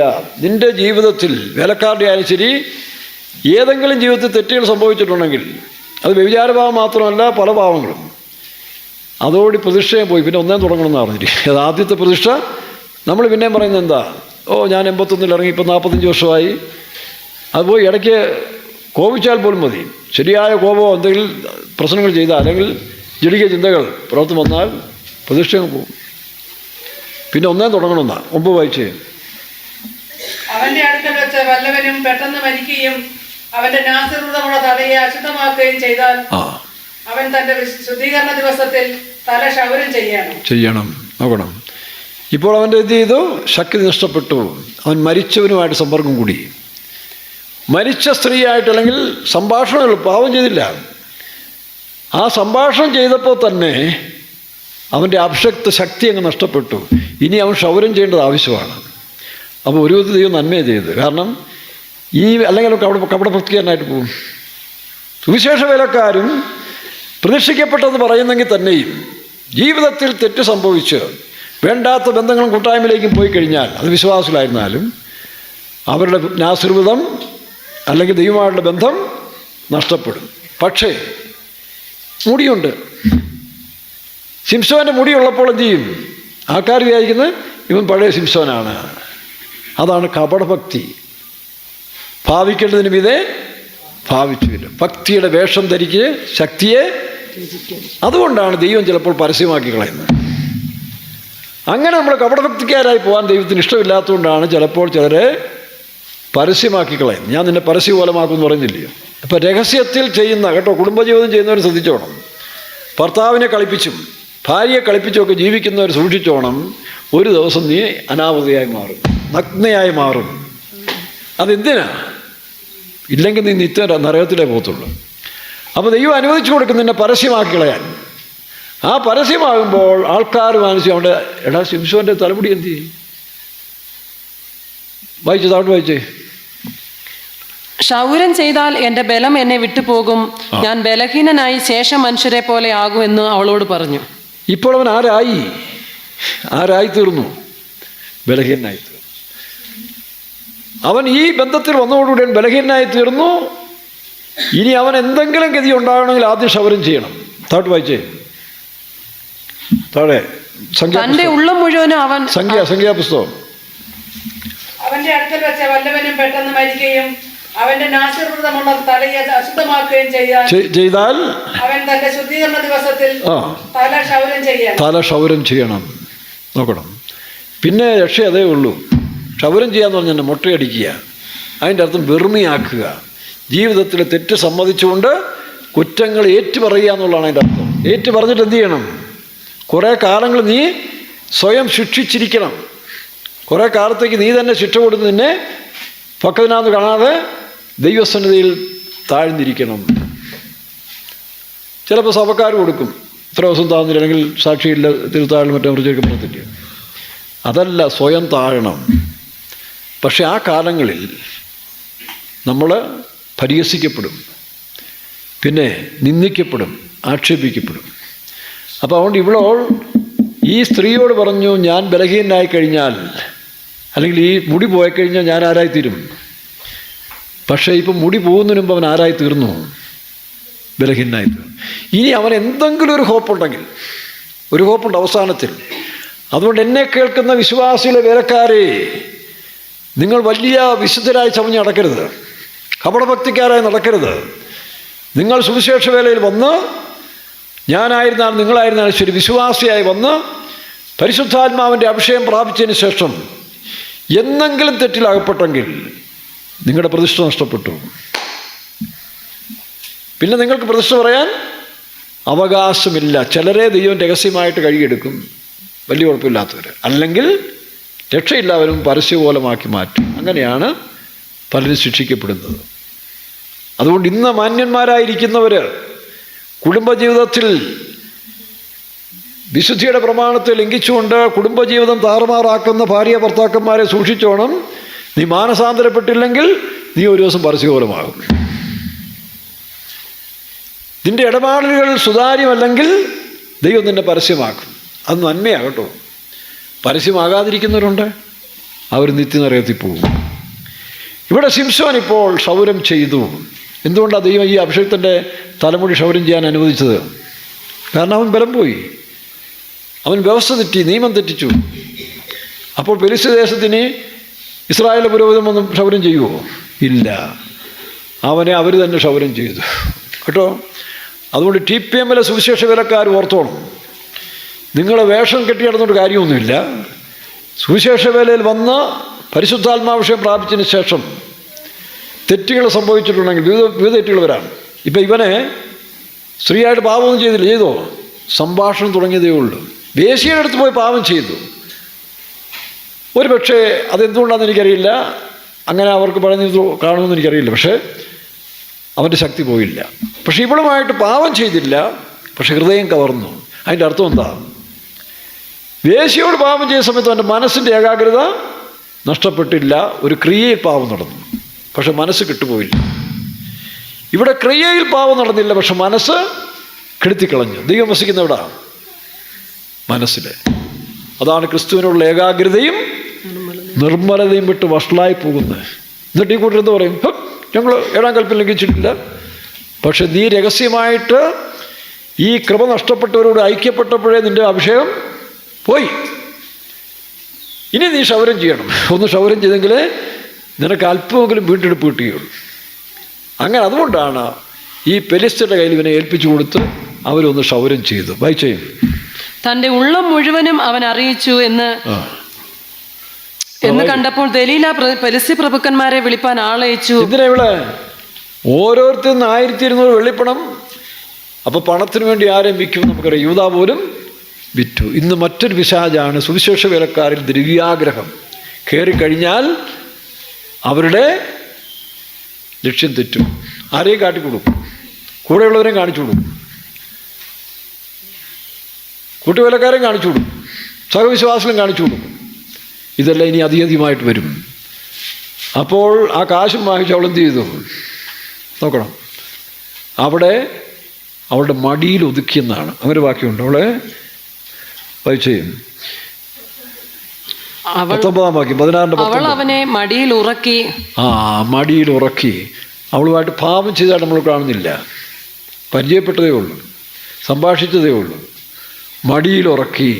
നോക്കണം, താരായവൻ കൊച്ചു പയ്യനെ പോലെ. പഴയ അമ്മയുടെ വാത്സല്യം ഇതാണ് സൂക്ഷിക്കേണ്ടത്. കാട്ടുപോത്ത് പോലെ ഇളകി വരുന്നവരെ ഭയപ്പെടേണ്ട ആവശ്യമില്ല. ഈ തന്ത്രപിശാചുണ്ട്, അത് കയറുന്ന വേലക്കാരെ സൂക്ഷിച്ചോണം കേട്ടോ. അത് നമുക്ക് കണ്ടുപിടിക്കാൻ കഴിയത്തില്ല. ദലീല എന്ത് ചെയ്തു? സംഭാഷിച്ചു, ഹൃദയം കവർന്നു, പിന്നെ മടിയിലൊതുക്കി. അങ്ങനെയുള്ള വിശ്വാസികളെ സൂക്ഷിച്ചോണം, ലോകമനുഷ്യനെ സൂക്ഷിച്ചോണം. ഇവിടെയാണ് പലർക്കും ചതി പറ്റുന്നത്. മടിയിൽ ഉറക്കി ഒതുക്കി. വായിക്കാം. ഒരാളെ വിളിപ്പിച്ച് തലയിലെ ജട 7 കളയിച്ചു. അവൾ അവനെ ഒതുക്കി തുടങ്ങി. നോക്കണം, ലോകം നമ്മളെ ഒതുക്കാനിടയാകരുത് കേട്ടോ. ഈ ദലീല എന്ന് പറഞ്ഞ സ്ത്രീ എന്ന് പറഞ്ഞാൽ വേശ്യാസ്ത്രീയല്ല, ലോകം നമുക്ക് യോഗ്യമല്ല. ലോകം അവർക്ക് ഈ ലോകത്തെ സൂക്ഷിക്കുക. ഒരുപക്ഷെ കഴിഞ്ഞ കാലങ്ങളിൽ വ്യഭിചാരഭാവത്തിലകപ്പെട്ടു പോയാലും അനുദപിച്ചാൽ നിനക്ക് വിടുതൽ കിട്ടും. പക്ഷേ ലോകത്തോട് നീ സഖ്യത ചെയ്താൽ അനുദപിച്ചാലും ബുദ്ധിമുട്ടാണ്. പിന്നെ ഇച്ചിരി പ്രയാസപ്പെടേണ്ടി വരും, അതിനുള്ള പണിഷ്മെൻറ്റ് കിട്ടേണ്ടി വരും, പെനാൽറ്റി എടുക്കേണ്ടി വരും. സൂക്ഷിച്ചോണം. അതുകൊണ്ടാണ് കൃപയിൽ നിൽക്കുന്ന ദൈവമക്കൾ നല്ല വചനം കേട്ട് പോകുമ്പോൾ വേണ്ടാത്ത പ്രസംഗത്തിന് പോയാലും അതും ഇതുപോലത്തെ ഒരു ആത്മാവെന്ന് വിചാരിച്ചോണം. എളുപ്പമുണ്ട്. സ്വഭാവത്തിൽ നിന്നില്ലെങ്കിലും TV തുറന്ന് പ്രോസ്പെരിറ്റി ഗോസ്പൽ കേട്ടു, കേൾക്കാൻ സുഖമുണ്ട്, അടുത്ത ദിവസം കേട്ടു, നിന്നെ ഒതുക്കിക്കളയും. ആ പ്രോസ്പെരിറ്റി ഗോസ്പല് ടെലിവിഷൻ കൂടെ നീ കേട്ട് ആരാധനയ്ക്ക് വരാതെ കേൾക്കും തോറും നിന്നെ ഒതുക്കുകയാണെന്ന് നീ അറിയുന്നില്ല. പ്രോസ്പെരിറ്റി കിട്ടും, പക്ഷേ നീ മടിയിൽ ഉറങ്ങി ഒതുക്കി പോകേണ്ടി വരും. ഞാൻ കൂടുതലായിട്ട് അതിനെപ്പറ്റി ഇപ്പോൾ പറയുന്നില്ല. അതുകൊണ്ട് സൂക്ഷിച്ചോണം. പ്രത്യേകിച്ച് ഈ നല്ല ഉപദേശങ്ങൾ പഠിച്ച് വളരുന്ന നിങ്ങൾ താൽക്കാലിക ലാഭത്തിന് വേണ്ടി ഞായറാഴ്ചത്തെ ആരാധനയും കളഞ്ഞ് വീട്ടിൽ നിന്ന് ടെലിവിഷൻ ഓൺ ചെയ്ത് പ്രസംഗം കേട്ട് കാശുണ്ടാക്കാമെന്ന് പിള്ളേരെ പഠിപ്പിക്കുന്നില്ലെങ്കിൽ നീയൊക്കെ തന്തേ തള്ളയല്ലെന്ന് വിചാരിച്ചോണം കേട്ടോ. കപടഭക്തി കൊണ്ട് നടക്കരുത്. അങ്ങനെയുള്ള പിള്ളേരെ തിരുത്തിയില്ലെങ്കിൽ പറയണം, നിൻ്റെ കാശ് ഇവിടെ വേണ്ടാന്ന് പറയണം. എനിക്കൊരു സൗകര്യം അറിയാം. ആ സൗകര്യത്തിൽ ഭർത്താവ് മരിച്ചു. ഭർത്താവിൻ്റെ പെൻഷൻ അല്പം കിട്ടും. വലിയ സാമ്പത്തികമൊന്നും ഉള്ളല്ലോ, ആവറേജേ ഉള്ളൂ. മോനെ വിദേശത്ത് പോയി ഒരു ഫോറിൻ ലിക്വർ ഷാപ്പിൽ പോയി അവൻ ജോലിയായി. മാനേജറാണ്, വേറെ ജോലിയൊന്നുമില്ല, അവിടുത്തെ ക്യാഷ്യറും മാനേജറും. അവൻ തിരിച്ചു വന്നപ്പോൾ അവൻ്റെ അമ്മ പറഞ്ഞെന്നറിയോ, നീ അറബിയുടെ കാശ് 5 പൈസ എനിക്ക് തരണ്ട, എൻ്റെ മോടെ കല്യാണവും ഞാൻ നടത്തിക്കോളാം. അവൻ കോടീശ്വരനായി 2-3 വർഷം കൊണ്ട്. നിൻ്റെ 5 പൈസ ഈ വീട്ടിൽ കയറ്റത്തില്ലെന്ന് ഞാൻ പറഞ്ഞു. എൻ്റെ ഭർത്താവിൻ്റെ പെൻഷനും ഞാൻ അധ്വാനിച്ചോളാം, എന്നിട്ട് എൻ്റെ മോളെ കെട്ടിച്ചോളാം.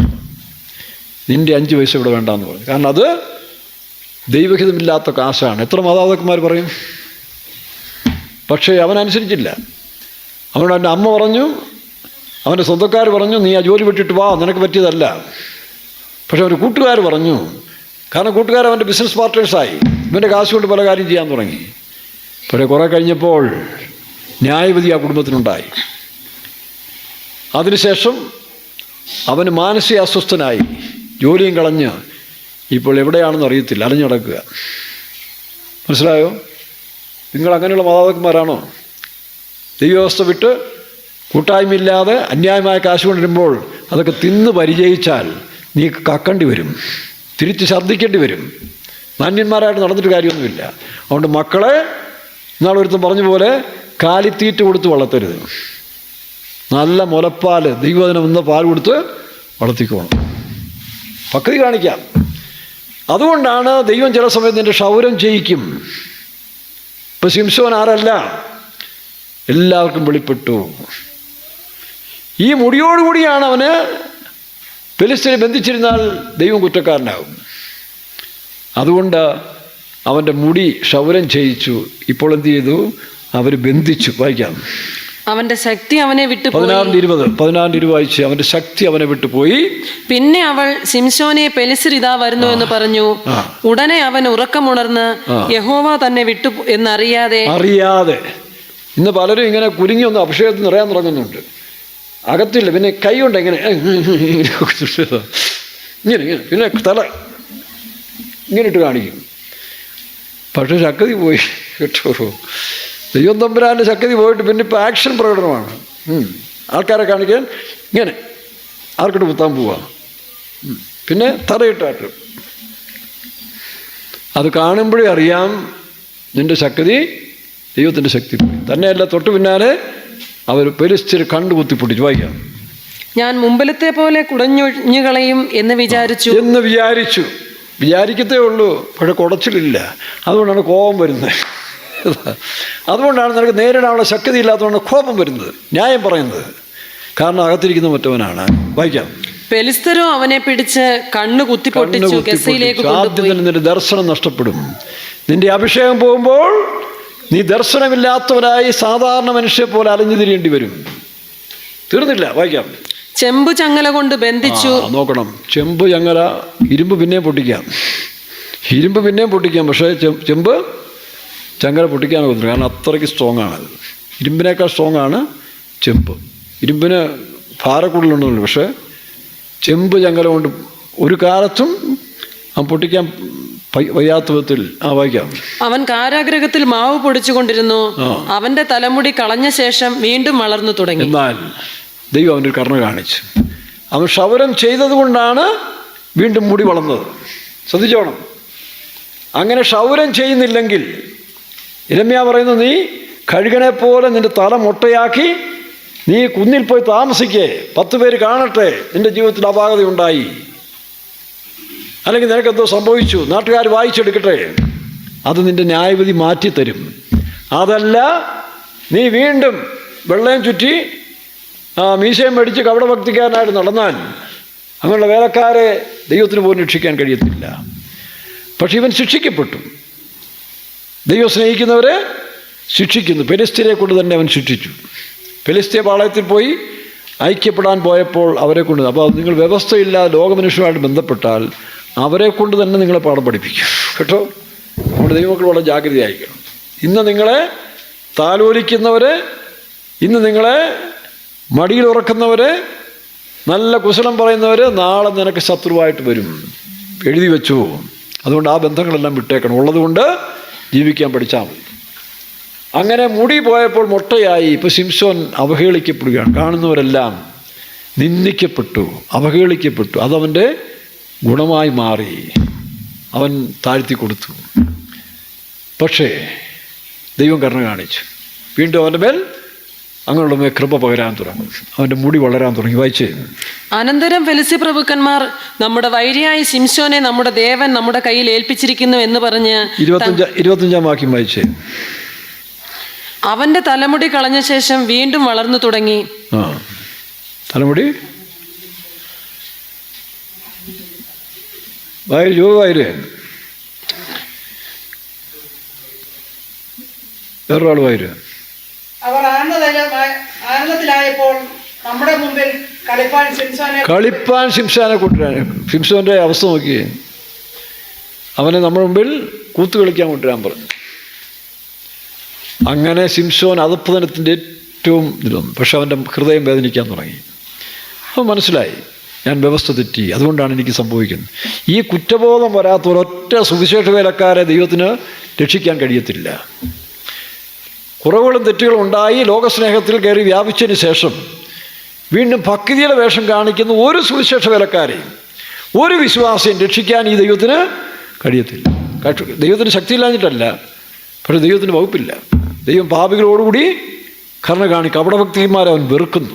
അതുകൊണ്ടാണ് കപടഭക്തിക്കാരെ കുറിച്ച് അയ്യോ നിങ്ങൾക്ക് കഷ്ടം സർപ്പസന്തതികളെ പിശാചിൻ്റെ മക്കളെ എന്നൊക്കെ യേശുവും യോഹന്നാനും വിളിച്ച് ഈ കൂട്ടരെയാണ്. വെറും ഭക്തിയുടെ വേഷം കൊണ്ട് നടക്കുക, നാട്ടുകാരെ കളിപ്പിക്കാൻ. അങ്ങനെയുള്ള CPM-ലെ സുവിശേഷ വേലക്കാരും വിശ്വാസികൾ ഓർത്തോണം, നിനക്ക് ദൈവത്തിൻ്റെ കൃപ കിട്ടുകയില്ല.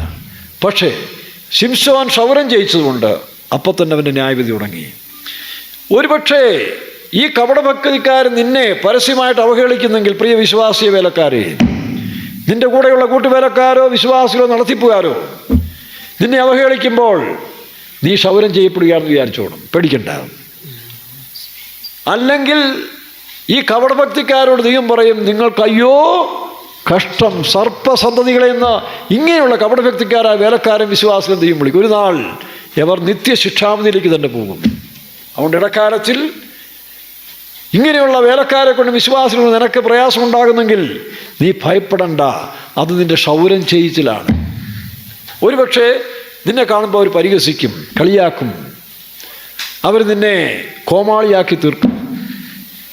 ശിംശോൻ്റെ ഹൃദയം നോക്കി എങ്ങനെ ഇരുന്നവനാ, അവൻ്റെ ഹൃദയം വേദനിക്കാൻ തുടങ്ങി. വേദനിച്ച് വേദനിച്ച് വേദനിച്ച് ഒരൊറ്റ പ്രാർത്ഥന. അതാണ് അവിടെയാണ് ശിംശോൻ്റെ ക്വാളിറ്റി വീണ്ടും നമ്മൾ കാണുന്നത്. ഈ സമയങ്ങൾ അവൻ ബലിസ്തർക്ക് വഴങ്ങി കൊടുത്തില്ല, വേറെ ആരെ ആശ്രയിച്ചില്ല. അവൻ എന്ത് ചെയ്തു? 28-ാം വാക്യം വായിച്ച്. അപ്പോൾ ശിംശോൻ യഹോവയോട് പ്രാർത്ഥിച്ചു. അപ്പോൾ അവന് മനസ്സിലായി അവൻ്റെ ബന്ധം കളഞ്ഞിട്ടില്ല. അവനൊരു അബദ്ധം പറ്റി. ഇടക്കാലത്തിൽ ദൈവത്തെ വിട്ട് ഒരു വഴിയിൽ പോയെങ്കിലും നിത്യമായ ബന്ധം അവന് നഷ്ടപ്പെട്ടിട്ടില്ല. അതുകൊണ്ടാണ് ശിംശോൻ വേദനയോടുകൂടി യഹോവയോട് പ്രാർത്ഥിച്ചു. വായിക്കാം. കർത്താവായ യഹോവേ, എന്നെ ഓർക്കണമേ. ഓർക്കണമേ. ഒരു തെറ്റ് പറ്റിപ്പോയി കർത്താവേ, അബദ്ധമല്ല, സന്ദർഭം കൊണ്ടല്ല, ഒരു തെറ്റ് പറ്റി. എന്നെ ഓർക്കണമേ. ഞാൻ നിൻ്റെ അഭിഷിക്തനല്ലോ, ഞാൻ നിൻ്റെ പ്രവൃത്തി ചെയ്തവനല്ലേ, എനിക്കിങ്ങനൊരു അബദ്ധം പറ്റി, എന്നോട് ക്ഷമിക്കണമേ. ഇതേ ഉള്ള അവസാനം കേട്ടോ. ഇന്ന് ഞാൻ പെന്തിക്കോസ്ത് സമൂഹത്തോട് പറയുകയാണ്, എൻ്റെ ഒരു അനുഭവം കൂടാണെന്ന് വിചാരിച്ചു. കഴിഞ്ഞ കാലത്തിൽ ഈ പ്രാർത്ഥന നമ്മളെ രക്ഷിക്കും. അല്ലാതെ ഒരു പെന്തിക്കോസ്ത് മിഷനും ഒരു സെൻട്രൽ പാസ്റ്റർക്കും ഒരു മേൽ പാസ്റ്റർക്കും ഒരു വിശ്വാസിക്കും നിന്നെ സഹായിക്കാൻ കഴിയില്ല. അതൊക്കെ ആരെങ്കിലും പറയുന്നെങ്കിൽ അത് മുതലെടുപ്പ് മാത്രമാണ്. യേശുവും പിതാവേ പിതാവേ എന്തുകൊണ്ട് തന്നെ അവിടം വരെ യേശുവിനെ എത്തിച്ചെങ്കിൽ നീയും ഞാനും പോകേണ്ടൊരു വഴിയുണ്ട്. അവിടെ കട്ടപ്പന സെൻറ്ററിലേക്കല്ല ഓടേണ്ടത്, അങ്ങോട്ടല്ല വിളിച്ചു പറയേണ്ടത്, ഇരുമ്പല്ലൂരിലേക്കല്ല, അല്ലെ തിരുവല്ലായ്ക്ക് കൊട്ടാരക്കരയ്ക്കുമല്ല. പിന്നെ ഇവിടെ കർത്താവായ യഹോവേ, നീ മുട്ടുകുത്തേ, നീ ദൈവത്തോട് നിലവിളിക്കുക, നിന്റെ പ്രശ്നത്തിന് പരിഹാരം ഉണ്ടാകും. വായിക്കാം. അവിടെ വായിരേ. ദൈവമേ, ഞാൻ എൻ്റെ 2 കണ്ണിന് വേണ്ടി പെലിസരോട് പ്രതികാരം ചെയ്യേണ്ടത്. പഴയ നിയമം. പഴയ നിയമത്തിലാണ് പ്രതികാര ചിന്താഗതിയോടുള്ള പ്രാർത്ഥന. അത് നമ്മൾ ഫോളോ ചെയ്യണ്ട. നമ്മൾ പുതിയ നിയമത്തിൽ പ്രാർത്ഥന എടുക്കാം. നമ്മുടെ യേശു പഠിപ്പിച്ച്, പിതാവ് ഇവർ ചെയ്യുന്നത് എന്തെന്നറിയായാൽ ഇവരോട് ക്ഷമിക്കണമേ. അപ്പോൾ ശിംശോൻ പ്രാർത്ഥിച്ചവന് സംഭവിച്ചു. അത് പഴയ നിയമം. അന്നും അങ്ങനെ പ്രാർത്ഥിക്കാം, ഇവരോട് എനിക്ക് പ്രതികാരം ചെയ്യണമേ. വായിക്കാം. ഈ ഒരു പ്രാവശ്യം മാത്രം എനിക്ക് ശക്തി നൽകണമേ എന്ന് പറഞ്ഞു.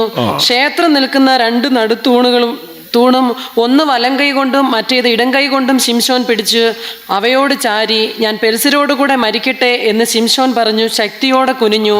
ഉടനെ ന്യായപ്രമാണ പ്രാർത്ഥന. നമ്മൾ പെലിസരോട് മരിക്കേണ്ടവരല്ല, നാം ക്രിസ്തുവിനോടുകൂടി മരിച്ചടക്കപ്പെട്ടാൽ ക്രിസ്തുവിനോട് ഉയർക്കും. ഇപ്പം നമ്മൾ പ്രാർത്ഥനയ്ക്ക് വ്യത്യാസം വരുത്തിക്കണം.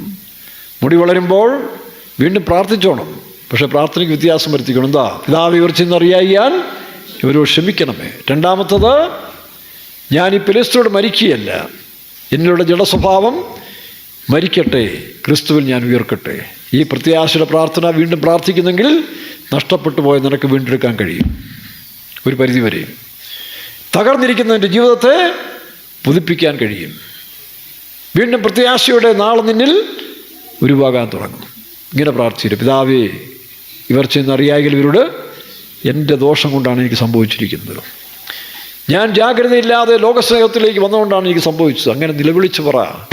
അപ്പോൾ കർത്താവ് നിൻ്റെ പാപത്തെ ക്ഷമിക്കും, നിനക്ക് ശക്തി തരും, വീണ്ടും സാക്ഷിയാക്കി ദൈവം നിന്നെ നിർത്തും. അതുകൊണ്ടാണ് ശലോമോനും പിന്നെ യോവാബും അങ്ങനെ വീരന്മാർ, വിശ്വാസ വീരന്മാരുടെ പട്ടികയിൽ ഇല്ലാതെ പോയപ്പോൾ ആ സ്ഥാനത്തിൽ ആര് വന്നു? എബ്രായ ലേഖനം 11-ാം അധ്യായത്തിൻ്റെ 32-ാം വാക്യം വായിക്കാം.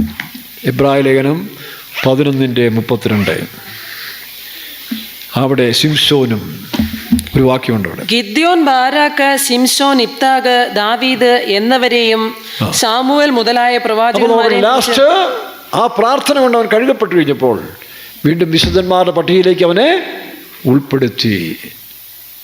എന്നാൽ ശലോമോൻ്റെ പേരില്ല, അവിടെ യോവാബിൻ്റെ പേരില്ല, മറ്റു പലരുടെയും പേര് അവിടെ ഇല്ല. പക്ഷെ ആരുടെ പേര് വന്നു? ശിംശോൻ. കാരണം അവനൊരു നിഷ്കളങ്കനായിരുന്നു, ഒരു പരമാർത്ഥിയായിരുന്നു. ജീവിതത്തിൽ ഒരു പിഴവ് സംഭവിച്ചു, ദൈവത്തിൻ്റെ ആലോചന കൂടാതെ പോയി, അബദ്ധത്തിൽ പോയി അല്ലെങ്കിൽ തെറ്റിൽ പോയി അകപ്പെട്ടു.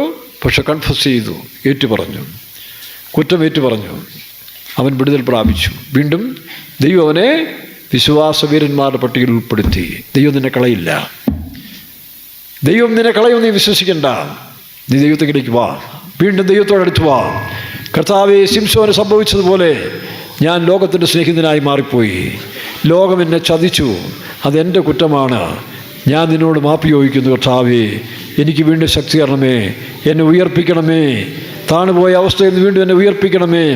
ഈ താഴ്ചയുള്ള ശരീരം തൻ്റെ മഹത്വമുള്ള ശരീരത്തോട് അനുഭവമാകുവാൻ തക്കവണ്ണം രൂപാന്തരപ്പെടുത്തുന്ന ദൈവത്തിൻ്റെ വ്യാപാര ശക്തി എന്നിൽ വ്യാപരിക്കട്ടെ. യേശുവിൻ്റെ നാമത്തിൽ എനിക്ക് വിടുതൽ ആവശ്യം. എനിക്ക് ഇത് ഒരു ഉദ്ധാരണം ആവശ്യമാണ്, എനിക്കൊരു വിടുതൽ ആവശ്യമാണ്, എനിക്കൊരു പുനർജനനം ആവശ്യമാണ്. യേശുവിൻ്റെ ആത്മാവിനാൽ, പരിശുദ്ധാത്മാവിനാൽ എന്നെ ഉയർപ്പിക്കണമേ. താഴ്ത്തി കൊടുക്കുക, താഴ്ത്തി കൊടുക്കുക. ആമേൻ. സ്വയം നീതീകരണമെല്ലാം വിട്ടുകളയുക, സ്വയം നീതീകരണം വിട്ടുകൊണ്ട് ദൈവത്തിൻ്റെ സന്നിധിയിലേക്ക് അടിച്ചു ചെല്ലുക. ഹല്ലേലൂയാ. ലബം ശിരബനബല കഥുനരബം ചിരബനബം ഷിയാദിനാദിനാദിനാദ് ഹീവാരബം ഷിയാദിനായി സിരിബനബനബം ഷിയാദിനായി സിരിബനബം ഷിയാദിനാദിനാദ്. ഹല്ലേലൂയാ. ലബം ചിരബനബം ഷിയാദിനായി സിരിബനബം ചിരബം ഷിയാദിനായി. ദൈവമേ, ബലഹീന നേരത്തിലെല്ലാം എന്നെ ബലപ്പെടുത്തിയ കൃപയല്ലോ അത്. ബലഹീന നേരത്തിലെല്ലാം എന്നെ ബലപ്പെടുത്തിയ കൃപയല്ലോ, കൃപയല്ലോ, കൃപയല്ലോ, മാറാത്ത നല്ല കൃപയല്ലോ, കൃപയല്ലോ, കൃപയല്ലോ, മാറാത്ത നല്ല കൃപയല്ലോ. പകർന്നു പോയ നേരത്തിലെല്ലാം എന്നിൽ ആവസിച്ച കൃപയല്ലോ ഇത്. പകർന്നു പോയ നേരത്തിലെല്ലാം എന്നിൽ ആവസിച്ച കൃപയല്ലോ ഇത്. കൃപയല്ലോ, കൃപയല്ലോ, മാറാത്ത നല്ല കൃപയല്ലോ. നിന്റെ കൃപയത്രേ, മാറാത്ത നല്ല കൃപയല്ലോ.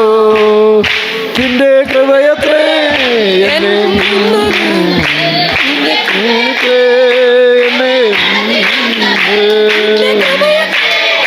എന്നെ താങ്ങിടുന്നത്. നിന്റെ കൃപയത്രേ എന്നെ നടത്തിടുന്നത്. പകർക്കപ്പെട്ട നേരത്തിലെല്ലാം എന്നെ ഉരുവാക്കിയ കൃപയല്ലോ ഇത്.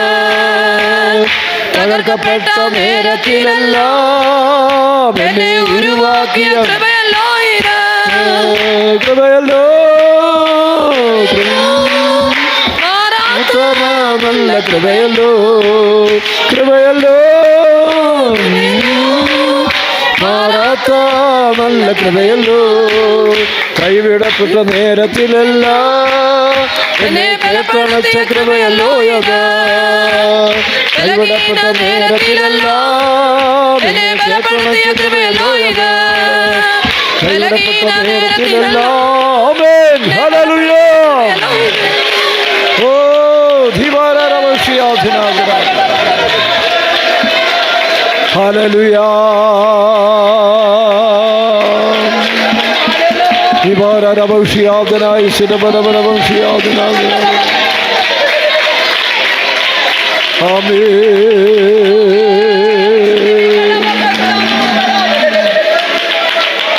ഹല്ലേലൂയ.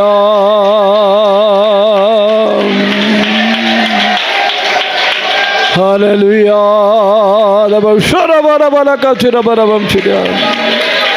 കൃപയല്ലോ കൃപയല്ലോ മാറാത്ത നല്ല കൃപയല്ലോ കൃപയല്ലോ കൃപയല്ലോ മാറാത്ത നല്ല കൃപയല്ലോ കൃപയല്ലോ കൃപയല്ലോ മാറാത്ത നല്ല കൃപയല്ലോ കൃപയല്ലോ കൃപയല്ലോ മാറാത്ത നല്ല കൃപയല്ലോ കൃപയല്ലോ. ആമേൻ. Praise you, praise you.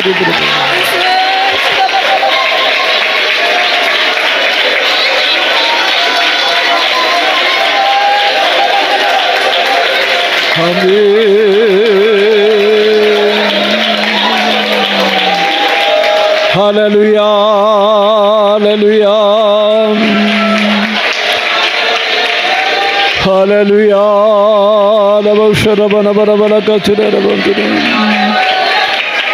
Hallelujah.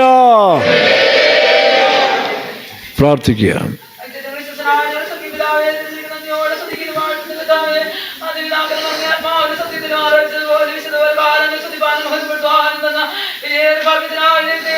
സ്തോത്രം ചെയ്യുന്ന കർത്താവേ, സംഭവങ്ങളെ കൊണ്ട് നിറഞ്ഞ ആ ഒരാഴ്ച കാലം ഞങ്ങൾ വീട് കടന്നു പോയല്ലോ കർത്താവേ. എത്രയോ ആപത്തുകൾ അനർത്ഥങ്ങൾ കർത്താവേ, വേണ്ടങ്ങൾ കർത്താവേ വരാമാറുന്ന സ്ഥാനത്തല്ല ഞങ്ങൾ കൺമണി പോലെ പരിപാലിച്ച് ജീവന്റെ വ്യക്തിക്ക് വേണ്ട നന്മകളൊക്കെ ദാനമായി തന്നെ നിങ്ങൾ നടത്തിയ എല്ലാ വിധങ്ങളെ ഓർത്തും ദൈവത്തെ സ്തുതിക്കുന്ന കർത്താവേ. രാവിലെ സമയം കർത്താവേ, പ്രിയപ്പെട്ടവരായ നിങ്ങൾക്ക് കർത്താവേ പാതപീഠത്തിൽ കടന്നു വന്ന് കർത്താവ് നല്ല പാട്ടുകളെ പാടി നിത്യം സന്തോഷിപ്പാൻ, ആത്മാവ് ബലപ്പെടുവാൻ, ദൈവശക്തിയാൽ നിറയപ്പെടുവാനൊക്കെ എന്തെന്ന് ഭാഗ്യത്തിനായി സ്തുതിക്കുന്നു. 2-3 പേർ അവിടെ നാമത്തിൽ എവിടെ കൂടിയാലും കടന്നു വന്ന് അനുഗ്രഹിക്കാവുന്ന കർത്താവിന്റെ വാഗ്ദത്ത പ്രകാരം തേജവനായ ഞങ്ങളുടെ മധ്യേ കടന്നു വന്ന് എത്രത്തോളം ഞങ്ങൾ അനുഗ്രഹിച്ചനാലും സ്തുതിക്കുന്ന കർത്താവേ. ഈ അനുഗ്രഹം പുറമേന്മേറിയ അനുഗ്രഹത്തെ പ്രാപിച്ചുകൊണ്ട് കർത്താവ് ഓരോ നാൾ ചെയ്തോട് ജീവിക്കാൻ ആവശ്യമായ ദൈവശക്തി തന്നു കർത്താവ് ഞങ്ങളെ വഴി നടത്തേണ്ടതിനായി പ്രാർത്ഥിക്കുന്ന കർത്താവേ. കൊണ്ട് മക്കളെ പേര് വരാതരകരങ്ങൾ തരുന്ന കർത്താവേ. ഇതെല്ലാം ആവശ്യപരമായ സന്താനത്തിൽ കടന്നു വന്നു ഓരോരുത്തരും ചെറുതും വലുതുമായ ആവശ്യങ്ങളെല്ലാം കർത്താവ് നിറവേറ്റി കൊടുക്കണമേ. ബലഹീനരെ ബലപ്പെടുത്തി അയക്കണമേ. രോഗികളെ സൗഖ്യമാക്കി അയക്കേണ്ടതിനായി പ്രാർത്ഥിക്കും. തങ്ങൾ ആഭാരത്തോട് ദുഃഖത്തോട് വേദനയോടുകൂടി കർത്താവേ ആര് കടന്നു വന്നാലും കർത്താവ് ദൈവ സമാധാനത്തോടെ പറഞ്ഞയക്കേണ്ടതിനായി പ്രാർത്ഥിക്കുന്ന കർത്താവേ. കടന്നു വരാൻ കഴിവില്ലാതെ പോനങ്ങളായിരിക്കുന്ന പ്രിയപ്പെട്ടവരെ ഇവിടുന്ന് അനുഗ്രഹിക്കണമേ. ആർത്തികസ്ഥലകയും ഭാരപ്പെടുന്ന പ്രിയപ്പെട്ടവരോടെല്ലാം നീ കരുണ കാണിക്കണമേ എന്ന് പ്രാർത്ഥിക്കുന്നവരുടെ പ്രത്യാശിക ഭംഗം വരാതുകൊണ്ട് നീ കാത്തുകൊള്ളേണ്ടതിനായി പ്രാർത്ഥിക്കുന്നവരോട് കരുണ കാണിക്കണമേ. വിശ്വസരായ പരമാതിലായ അവരുടെ ആത്മാക്കളെ തന്ന് കർത്താവിന്റെ വേലെഴുതികളെല്ലാം നീ വിശാലപ്പെടുത്തേണ്ടതിനായി പ്രാർത്ഥിക്കുന്നു. എന്നോട് ചോദിച്ചു കൊള്ളുക. ജാതികൾ അവകാശമായ ഭൂമിയുടെ അറ്റങ്ങളെ കൈവശമായി തരാവുന്നില്ല കർത്താവിന്റെ വാഗ്ദത്ത പ്രകാരം അനേക ആത്മാക്കളെ തന്ന് നിങ്ങളുടെ വേലെഴുതികളെല്ലാം നീ വിശാലപ്പെടുത്തേണ്ടതിനായി പ്രാർത്ഥിക്കുന്ന കർത്താവേ. സ്തോത്രം സ്തോത്രം. സംസാക്ഷി പറഞ്ഞാൽ മക്കളെല്ലാം നീ ഇവിടുന്ന് അനുഗ്രഹിക്കണമേ. എൻ്റെ ആവശ്യങ്ങളെല്ലാം കർത്താവ് നിറവേറ്റി കൊടുക്കേണ്ടതിനായി പ്രാർത്ഥിക്കുന്ന. സാക്ഷി പറയാതിരിക്കുന്നവരെ ഉത്തമ ശാസ്ത്രികളാകെ നിലനിർത്തേണ്ടതിനായി പ്രാർത്ഥിക്കുന്ന കർത്താവേ. കേൾപ്പിച്ചതായ നല്ല ആലോചനയ്ക്കായി സ്തുതിക്കുന്ന കർത്താവേ. കേൾക്കുന്ന വചനപ്രകാരം കർത്താവിന്റെ ജീവിതത്തെ ക്രമീകരിച്ചുകൊണ്ട് ജീവൻ ആവശ്യമായ ദൈവത്തിന്റെ കൃപ തന്ന കർത്താവ് ഞങ്ങളെ സഹായിക്കേണ്ടതിനായി പ്രാർത്ഥിക്കുന്ന കർത്താവേ. ആരും ഏത് വിധേനയും നിങ്ങളെ ചതിക്കരുതെന്ന് കർത്താവേ. എൻ്റെ പ്രകാരം കർത്താവേ ഒരു പിശാചിന്റെ തന്ത്രങ്ങളിൽ അകപ്പെട്ടു പോകാതെ വേണം കർത്താവേ. പിശാച് തനിക്ക് അല്പകാലമേ ഉള്ള നിറഞ്ഞുകൊണ്ട് കർത്താവേ മുഴുശക്തിയോട് പ്രവർത്തിക്കുന്ന ഈ കാലങ്ങളിൽ അവന്റെ തന്ത്രങ്ങൾ ആരും കുടുങ്ങി പോകാതെ വേണം ജ്ഞാനത്തോടും വേഗത്തോടും ജീവിച്ച് താവിന്റെ വരവിനായി ഒരുങ്ങുവാൻ കൊണ്ട് ഞങ്ങളെ സഹായിക്കേണ്ടതിനായി പ്രാർത്ഥിക്കുന്നു കർത്താവേ. സ്തോത്രം സ്തോത്രം സ്തോത്രം. താവേ ലോക സ്നേഹത്തിൽ നിന്ന് കർത്താവേ താവേ ഞങ്ങൾ വിടുതല പ്രാപിച്ചുകൊണ്ട് കർത്താവേ ഓരോ നാളും കർത്താവിടെ ശക്തി നഷ്ടപ്പെടുത്തി കളയാതെ വേണം കർത്താവേ. ഞങ്ങളുടെ ജീവിതത്തിൽ കർത്താവേ പലപ്പോഴും ഞങ്ങൾ ശക്തി നഷ്ടപ്പെട്ടു പോകുന്ന കാര്യങ്ങളൊക്കെ ഞങ്ങളുടെ ജീവിതത്തിൽ വന്നു പോകുന്നല്ലോ. അതെല്ലാം പൂർണ്ണമായൊരു വിടുതല പ്രാപിച്ചുകൊണ്ട് കർത്താവേ താഴ്മയോട് ദൈവത്തോട് ജീവിച്ച് കർത്താവിന് മുമ്പാകെ നിൽപ്പാൻ ഞങ്ങൾ യോഗ്യരാക്കി മാറ്റണമേ. അതിനേറ്റായ ദിവ്യമായ അഭിഷേകം തന്ന് കർത്താവ് ഞങ്ങൾ വഴി നടത്തണമേ എന്ന് പ്രാർത്ഥിക്കുന്ന സംസാരിപ്പാൻ ദാസനെ ബലപ്പെടുത്തിനാലും സ്തുതിക്കുന്നു കർത്താവേ. ഇനി ദൈവത്തിന്റെ കൃപ ധാരാളമായി പകർന്നു കൊടുക്കണമേ എന്ന് പ്രാർത്ഥിക്കുന്നു കർത്താവേ. കേൾപ്പിച്ചായ ആലോചന പ്രകാരം ഓരോ നാൾ കർത്താവ് ജീവിച്ച് പ്രിയന്റെ വരവിനായി ഞങ്ങൾ ഒരുക്കണമേ എന്ന് പ്രാർത്ഥിക്കുന്നു കർത്താവ്. വിശുദ്ധന്മാരെ നടത്തപ്പെട്ട എല്ലാ കുടിവരവുള്ള കർത്താവ് തന്നെ നടത്തിയതോടൊപ്പം കർത്താവ് ചെറിയ കൂട്ടത്തെയും ദൈവത്തിനെ നടത്തി മാനമോഹം തിരുമീനെ എടുത്തിനാലും സ്തുതിക്കുന്നു കർത്താവ്. ഒരാഴ്ച കാലം മക്കളെല്ലാം ജയത്തോടെ കൂടെ വഴി നടത്തണമേ. എൻ്റെ പോക്കിൽ വരവിലെല്ലാം ദൈവത്തിൻ്റെ സാന്നിധ്യം കൂടി ഇരിക്കണമേ. ആപത്തിൻ്റെ നിന്നെല്ലാം വിടുവിച്ച് കൺമണി പോലെ പരിപാലിക്കണമേ എന്ന് പ്രാർത്ഥിക്കുന്ന ഓരോ നാൾ ഭയത്തോട് ജീവിച്ച് പ്രിയൻ്റെ വരവിനാ ഞങ്ങളെ ഏവരും ഒരുക്കണമേ എന്ന് അപേക്ഷിക്കുന്ന ആയത് കൽമതകളെ സമ്പൂർണ്ണമായ തൃകരങ്ങൾ സമർപ്പിക്കുന്നു യേശുവിൻ്റെ നാമത്തിൽ തന്നെ. സ്തോത്രം ചെയ്യാം. സ്തോത്രം. കർത്താവേ, ആരും ഏത് വിധേനയും നിങ്ങളെ ചതിക്കരുന്നുള്ള ദൈവത്തിൻ്റെ വചനം കർത്താവ് ഞങ്ങളെ മനസ്സിലാക്കുന്നതിനായി സ്തോത്രം. ഞങ്ങളും മറ്റാരെയും ചതിക്കുവാനിടയാകരുത് കർത്താവേ. താഴ്മയോടും ഭയത്തോടും ദൈവത്തിൻ്റെ ആത്മാവിനെ അനുസരിച്ചും ജീവിപ്പാൻ ഞങ്ങളെ സഹായിക്കണമേ. അതിനായി ഞങ്ങളെ തന്നെ പൂർണ്ണമായി സമർപ്പിക്കുന്നു, താഴ്ത്തുന്നു. എല്ലാ മഹത്വത്തോടത്തേക്ക് തരുന്നു യേശുവിൻ നാമത്തിൽ. പിതാവായ ദൈവത്തിൻ്റെ സ്നേഹവും പുത്രൻ്റെ കൃപയും പരിശുദ്ധാത്മാവിൻ്റെ സംസർഗവും സഹവാസവും നമ്മോട് സർവ്വസ്വന്മാരും കർത്താവിൻ്റെ ഓരോരെയും എന്നേക്കിരിക്കുമാറാകട്ടെ.